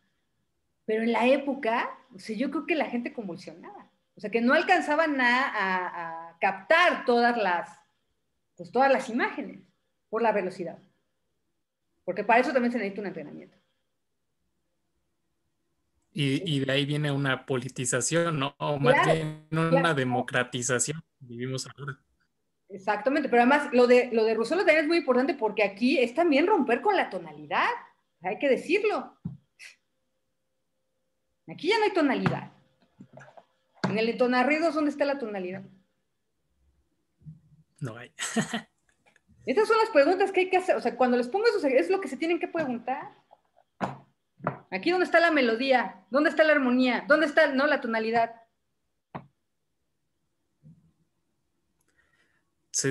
Yo siento que, bueno, es que rompe con todo, o sea, no hay nada. Es que no hay nada y eso es lo chido. No, decía, musicalmente es muy importante, o sea, más allá de lo del fascismo, eso hay que, bueno, pues sí, ni modo, era tonto y no, o sea, pues ni modo. Bueno, en la época también todos eran fascistas, ¿no? Pues también, ¿qué vamos a decir? Pero está genial, o sea, es un genio. Ah, y eso del fascismo, pues, bueno, ahorita que lo pienso, pues, bueno, es que fue antes de la primera, ¿no? De la Primera Guerra Mundial estos textos. O sea, todavía tal vez no vivían No, sí lo es la primera. verdaderamente. No, es la primera. Es como en la época de la primera, después de la primera. Es antes de la segunda. ¿En qué año se escribió el de Russolo? No sé si en el 20, no me acuerdo. Como por ahí, No, entonces ya había pasado. ya había sido la guerra. Por eso dicen Ujú. eso de la guerra, ¿no? O sea, como no es de que... No, de hecho van a la guerra. O sea, es antes justo porque es pues, en el fascismo, es antes de la Segunda Guerra. O sea, son contemporáneos. Por eso Benjamin lo está citando. Son contemporáneos. O sea, todo lo que está citando Benjamin, por eso les dejé ver a Bertolt, porque Bertolt, o sea, es de las pocas cosas que Benjamin pudo ver en cine. O sea, realmente, pues no, o sea, pues quiera saber, pues no es como ahorita que pues ya ahí en la compu haces todo, ¿no? O sea, como, yo creo que de las pocas cosas que alcanzó a ver, justo porque viajó a Moscú, ha de haber sido la película de Bertolt, que es de lo que está hablando, todas las reflexiones que hace sobre el cine, sobre que también eso ya no hay historias, que ya no hay protagonistas, que es más bien como la gente, ¿no? Yo creo que es a partir de que ve estas películas. Y lo otro que ha de haber visto son justamente los cortos dadaístas y surrealistas. Yeah. Si les interesa verlos, están ahí en YouTube, así buscan ahí están el de Duchamp, el de Leger, o sea, que son cortitos. Yo creo lo poco que pudo haber visto, o sea, que vio de cine, pero que también es muy interesante lo que puede extraer de ahí. O sea, toda una potencia crítica del cine, que justamente él también se da cuenta que está siendo sofocada por Hollywood, ¿no? O sea, que Hollywood también ya está ahí haciendo otra cosa, ¿no? Muy bien, gracias. Tengo una pregunta así, más rápida, pero muy corta. Una vez leí acerca sobre Wagner, sobre el antisemitismo y el fascismo y todo esto, y hablaba de que realmente el nazismo no tenía una base ideológica como por ejemplo el comunismo, el liberalismo, todas estas cosas. O sea, que realmente como que surgió y después quisieron fundamentar sus ideas. Por ejemplo, lo hicieron con Nietzsche, con Wagner y tergiversando todo, ¿no? O sea, y eso en el futurismo, por ejemplo, ¿el futurismo le pasó lo mismo o el futurismo sí fue precursor del fascismo? Que no, que ya estaba ahí el fascismo y ellos nada se escribieron. Ya. ¿No? O sea, no, o sea, son dos cosas, no sé. Wagner era protonazi, o sea, o sea, él empezó, o sea, él ya pensaba así. No es una ideología, no sé a qué te refieres con ideología, es que ese tipo de cosas son muy delicadas, porque hablar de esas cosas, ¿no? Pero bueno, lo que sí puedo decir es que todo el mundo en Alemania estaba en contra de los judíos. Ok. ¿Natalia? Sí, igual a mí el texto de Rusolo sí pues no fue un conflicto malo, sino un conflicto bueno, la verdad, y vi los ejemplos que nos dejó, y aparte, bueno, me apareció como otro ejemplo, donde pone las máquinas como en un museo, y la gente está pasando, pero me sorprende porque los adultos cuando pasan es como que así, como muy normal, no pasan y ni siquiera voltean, pero los niños que, como lo menciona usted, no están acostumbrados a esos sonidos, sí volteaban y se quedaban parados ahí como viendo así de qué está haciendo o qué va a hacer o qué sigue después, ¿no? Y es muy interesante porque incluso Rousseau lo dice, ¿no? Estamos como queriendo clasificar todo y escuchamos un ruido y nos vamos como con la frecuencia más sobresaliente y queremos como nada más quedarnos con esa y ya, pero no sé, me empezó como a causar mucho conflicto porque dije, si tenemos ese, por así decirlo, ruido y tenemos como todas sus frecuencias y si todas esas frecuencias las podríamos pasar como a cada uno de los instrumentos que los hicieran y todos tocaran en conjunto, si lo escuchamos así ya no lo catalogaríamos como ruido tal vez, y entonces es como muy interesante porque pues no sé, o sea, yo me quedé pensando y dije, pues ya no sería ruido. Y sí me sorprendí mucho porque dije, ¿por qué no lo conozco y por qué no sabía de él? Y pues no sé, me impactó la verdad. Sí, dice, vamos a leer. Dice en la página 9, ¿no? El arte de los ruidos. Dice, hay que romper este círculo restringido. Bueno, no, a ver, es un poco, en la nueva un poquito arriba, ¿no? Porque justamente es este paralelismo que es un poco lo que estamos diciendo, o sea, y que es algo que también Benjamin dice, ¿eh? O sea, aunque Benjamin los critique, pero un poco una tesis de Benjamin es que también, o sea, el tipo de arte que tenemos también responde al tipo de tecnología que tenemos. O sea, por eso no es lo mismo, o sea, el arte, pues obviamente el arte eurático que está pensado para durar, porque también la técnica, pues, o sea, eso, producir un objeto era pues, muy tardado, entonces hacían las cosas para que duraran siempre, ¿eh? Y nosotros ya tenemos una técnica más avanzada que justamente nos posibilita hacer otras cosas. Y un poco en ese sentido, pues el arte otra vez, el arte de cada época también está, digamos que va de la mano de la tecnología o de la técnica que hay en la época, ¿no? Entonces, un poco también Rousseau estaría pensando esto, y que la música obviamente también por eso se tiene que modificar. Dice, el oído de un hombre del 18, ya habíamos hablado de esto, el oído de un hombre del 18 no hubiera podido soportar la intensidad inarmónica de ciertos acordes producidos por nuestras orquestas, triplicadas en el número de intérpretes respecto a las de entonces. En cambio, nuestro oído se complace con ello, pues ya está educado por la vida moderna, tan pródiga en ruidos dispares. Sin embargo, nuestro oído no se da por satisfecho y reclama emociones acústicas cada vez más amplias. Bueno, ¿no? Dice, hay que romper este círculo restringido de sonidos puros y conquistar la variedad infinita de los sonidos ruidos. Cualquiera reconocerá, por lo demás, que cada sonido lleva consigo una envoltura de sensaciones ya conocidas y gastadas, que predisponen al receptor al aburrimiento, a pesar del empeño de todos los músicos innovadores. Nosotros los futuristas hemos amado todos profundamente las armonías de los grandes maestros y hemos gozado con ellas. Beethoven y Wagner nos han trastornado los nervios y el corazón durante muchos años. Ahora estamos saciados de ellas y disfrutamos mucho más combinando idealmente los ruidos de tren, de motores, de explosión de carrozas y de muchedumbres vociferantes.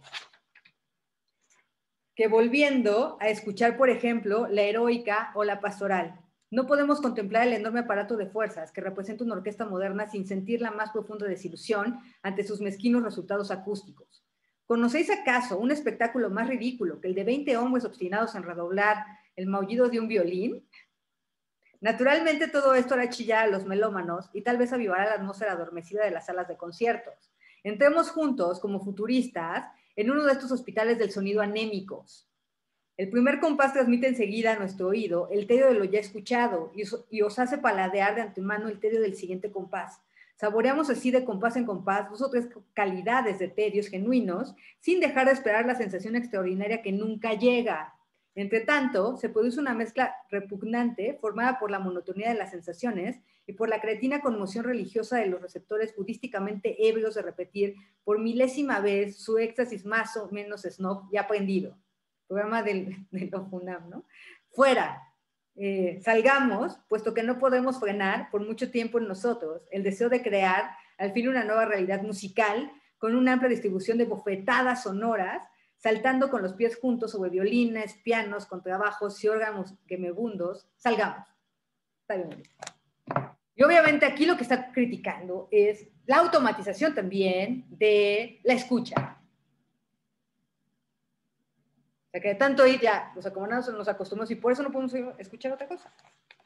Ok, ¿quieren decir algo? Y luego otra cosa.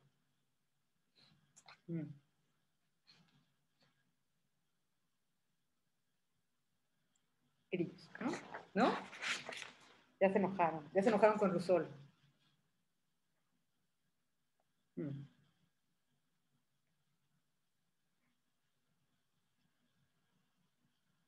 ¿No?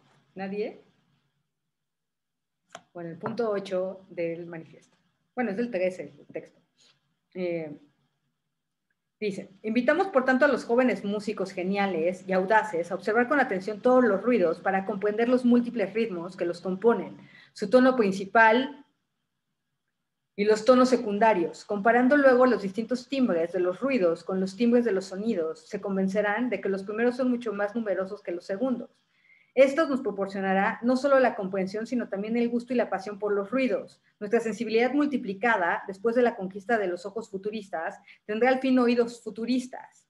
Así, los motores y las máquinas de nuestras ciudades industriales podrán un día ser sabiamente entonados, con el fin de hacer de cada fábrica una embriagadora orquesta de ruidos. Ajá. Grillos. Isaac y luego Fermín.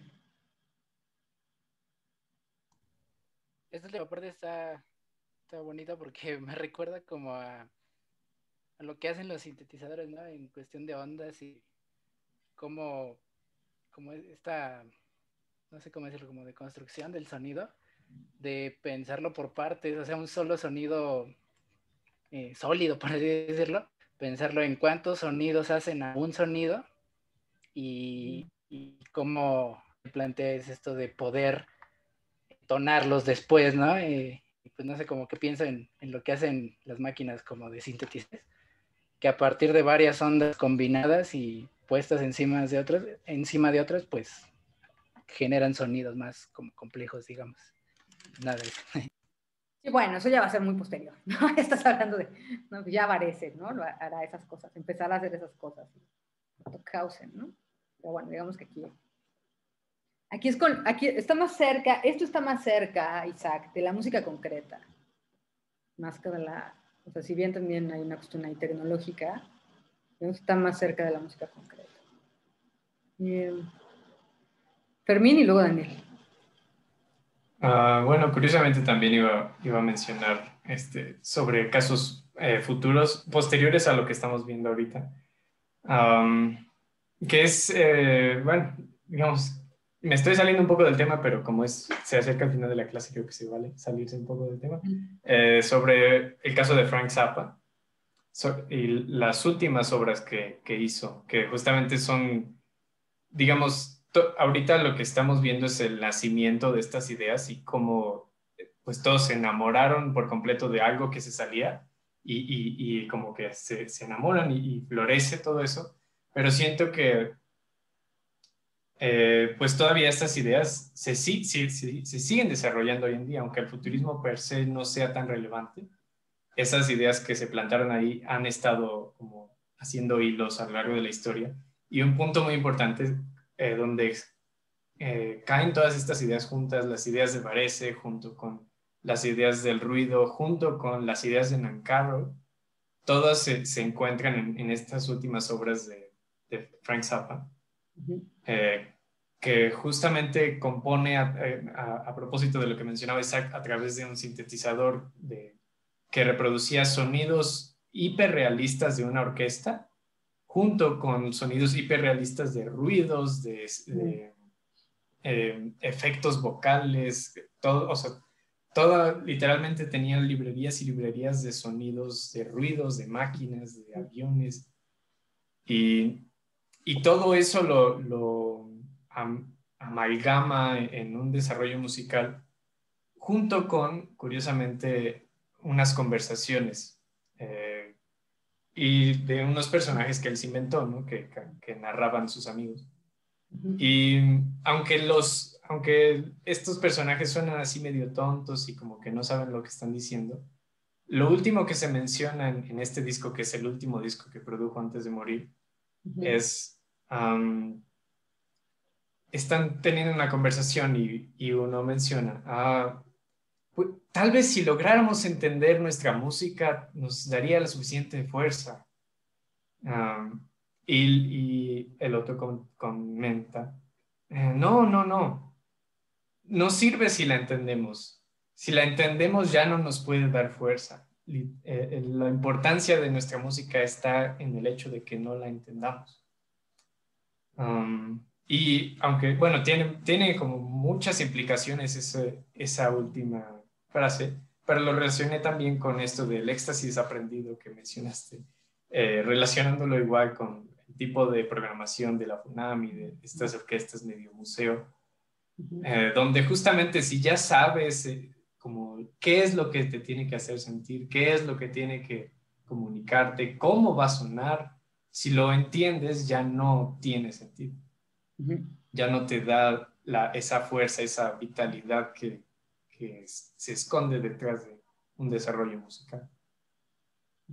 Bueno, si te acostumbras, ¿no? Si te acostumbras ya, ¿no? Que es un poco, también en términos benjaminianos, esta cuestión también del acostumbramiento. O sea, como, ahí hay una cosa que es interesante, y un poco lo que dices de Nancarrow, pues es que lo podemos pensar un poco lo que él hace, o sea, como entre Satie, Russolo, ¿no? Así como entre lo que haces a ti, Russolo, y un poco Sí. también la poesía sonora, por este ejemplo que pones.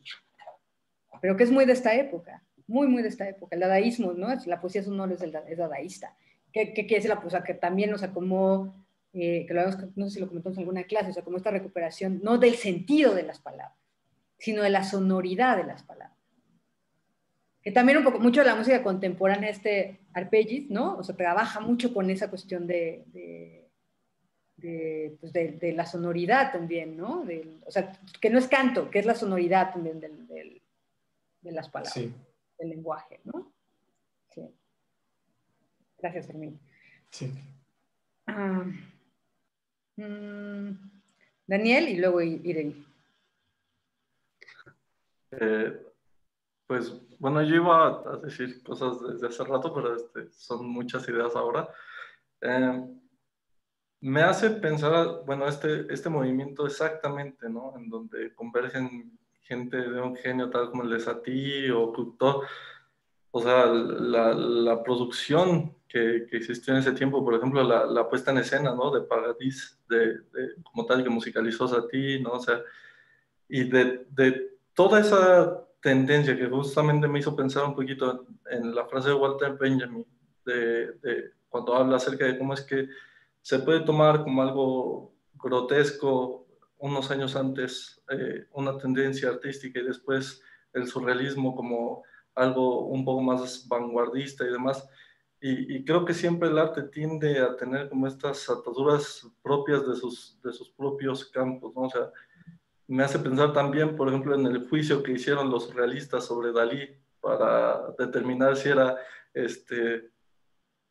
surrealista o no dibujarle un trasero de 3 metros a alguien, o si eran a nivel simbólico, buenas imágenes o malas imágenes dentro del surrealismo. O sea, yo creo que lo que es arte de forma genuina, aquello que es justamente lo que estábamos diciendo, ¿no? Irreproducible, lo que es irreplicable, es aquello que está radicando dentro de la esencia de las cosas y que puse esa frase hace unos minutos en el chat, ¿no? Que Cocteau decía, los lugares comunes, eternas obras de artes, eternas obras de arte, o sea, de cómo nos podemos acercar realmente a aquello que está recubierto por el humano, por la visión humana, por la costumbre, por lo cotidiano, por el simple ir y venir de la vida diaria, o sea, y creo que, bueno, al menos todo lo que expuso ahorita Pablo y demás es un muy buen parteaguas para lo que después podría ser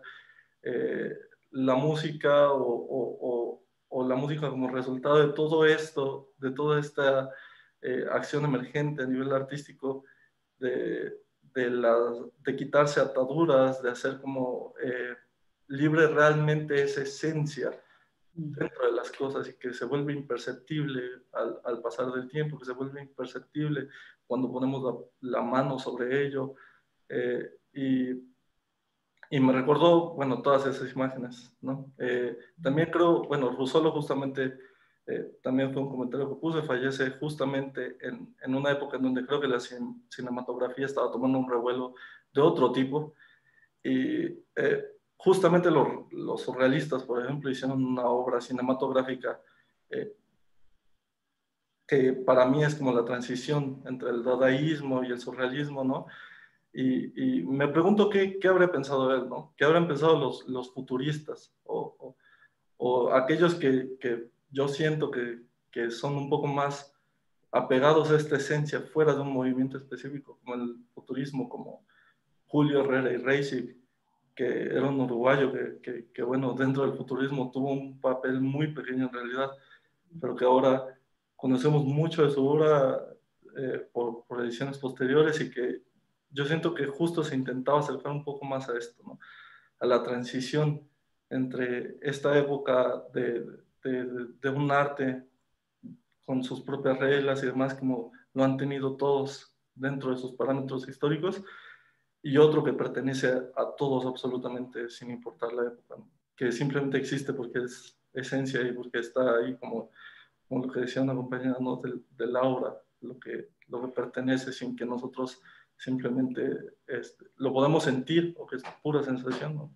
Y sin concepto todavía. Sí, gracias, Daniel. ¿Ireri? Yo solo quería hacer mención de una pieza antes de que se acabe esto, una pieza de Alvin Lucier que se llama I'm Sitting in a Room, no sé si la conozcan. Bueno, pues es una persona hablando en un cuarto y se graba su voz y sobre ahí vuelve a grabar y vuelve a grabar y vuelve a grabar muchísimas veces hasta que lo único que queda son las vibraciones del cuarto y pues de su voz, de cualquier sonidito que haya, es lo único que queda. Y es una pieza muy bonita, solo quería compartir eso y creo que pues iba un poco al tema con esto y con la música de mobiliario de Satie. Gracias. Gracias, Ireri. Voy a decir una última cosa antes de pasar a las cosas tristes, sobre justo la película de Leni Riefenstahl, que es muy importante porque es una película, no, a ella, justo Hitler, o sea, Hitler tenía una sala de cine en su búnker, bueno, todos saben del búnker de Hitler, tenía una sala de cine, y o sea, mandaba así que le trajeran todas las películas, entonces veía todas las películas, y vio unas películas de Leni Riefenstahl, y entonces dijo, quiero que esta chava pues, haga mi película, ¿no? Hizo 2 películas, hizo justamente El Triunfo de la Voluntad, hizo Olimpia, que es sobre las Olimpiadas en Alemania. Y un poco lo que es muy importante es que, o sea, que le dio así, como obviamente le dio así todo el presupuesto que había. O sea, fue pues, una película que hicieron antes de la guerra. Y lo que ella hace es justo innovar muchísimo en términos de lenguaje cinematográfico. O sea, yo creo que justo, o sea, por un lado eso, ¿no? Que es quizás lo más importante, ¿no? Pues el utilizar grúas, o sea, los emplazamientos de cámara, o sea, dónde las pone, las tomas aéreas, yo creo que es la primera vez que se hacen tomas aéreas, o sea, para cine, o sea, como hay así como un despliegue tecnológico así impresionante, que tenía cámaras así por todos lados, se habían dado cuenta, o sea, la cuestión del montaje, que está muy bien. Y también es una película que es muy importante, porque justamente es un ejemplo, o sea, en esta distinción con la que cierra Benjamin el texto, que la politización, entre politización del arte, que justamente sería algo como El hombre de la cámara, donde justamente lo que vemos es un día en la revolución, y que la revolución somos todos, porque un poco el lema de las vanguardias rusas era eso, no hay revolución sin arte. Por eso decía que es un momento muy interesante, porque es un momento que es anterior a lo que después va a ser pues el estalinismo, ¿no? En este primer momento en la Unión Soviética era, pues, o sea, como eso, pues hay un crecimiento de las artes y una relación entre las diferentes artes que es muy importante, y un poco la película es una película que lo que está diciendo es, el cine tiene una misión dentro de la revolución, ¿no? Que es justamente filmar la revolución, y todo esto que dice Benjamin de que ya no hay como actores, ya no hay personajes y demás, hay por ahí, a los que les interese, hace unos años hubo una exposición muy buena, curada por mi maestro Jorge Juanes, sobre las vanguardias rusas aquí en Bellas Artes, y por ahí está el catálogo, que es una cosa absolutamente increíble, porque es un estudio de todas las artes rusas, o sea, pintura, un poquito de música también, teatro, danza, o sea, y cómo eso, pues o sea, como que todos colaboraban, o sea, un poco como este ejercicio también de Satie, René Clair, o sea, y Picabia. Así en Rusia era así como los músicos iban a hacer la música de la peli o del teatro, y las escenografías las hacían los pintores, o sea, esta cosa que es muy, muy alucinante, o sea, que trabajaban muy en compañía.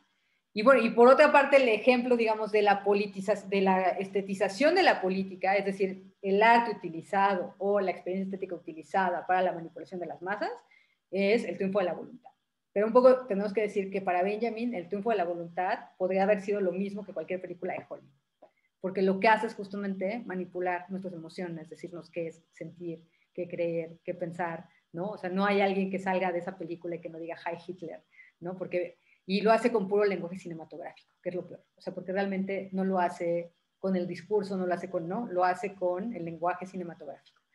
Que es la misma manera en la que opera, por otro lado, por los desfiles, los discursos de Hitler, que tenían como todo este aspecto estetizante, es decir, que iba a las emociones, más que al pensamiento o a la reflexión.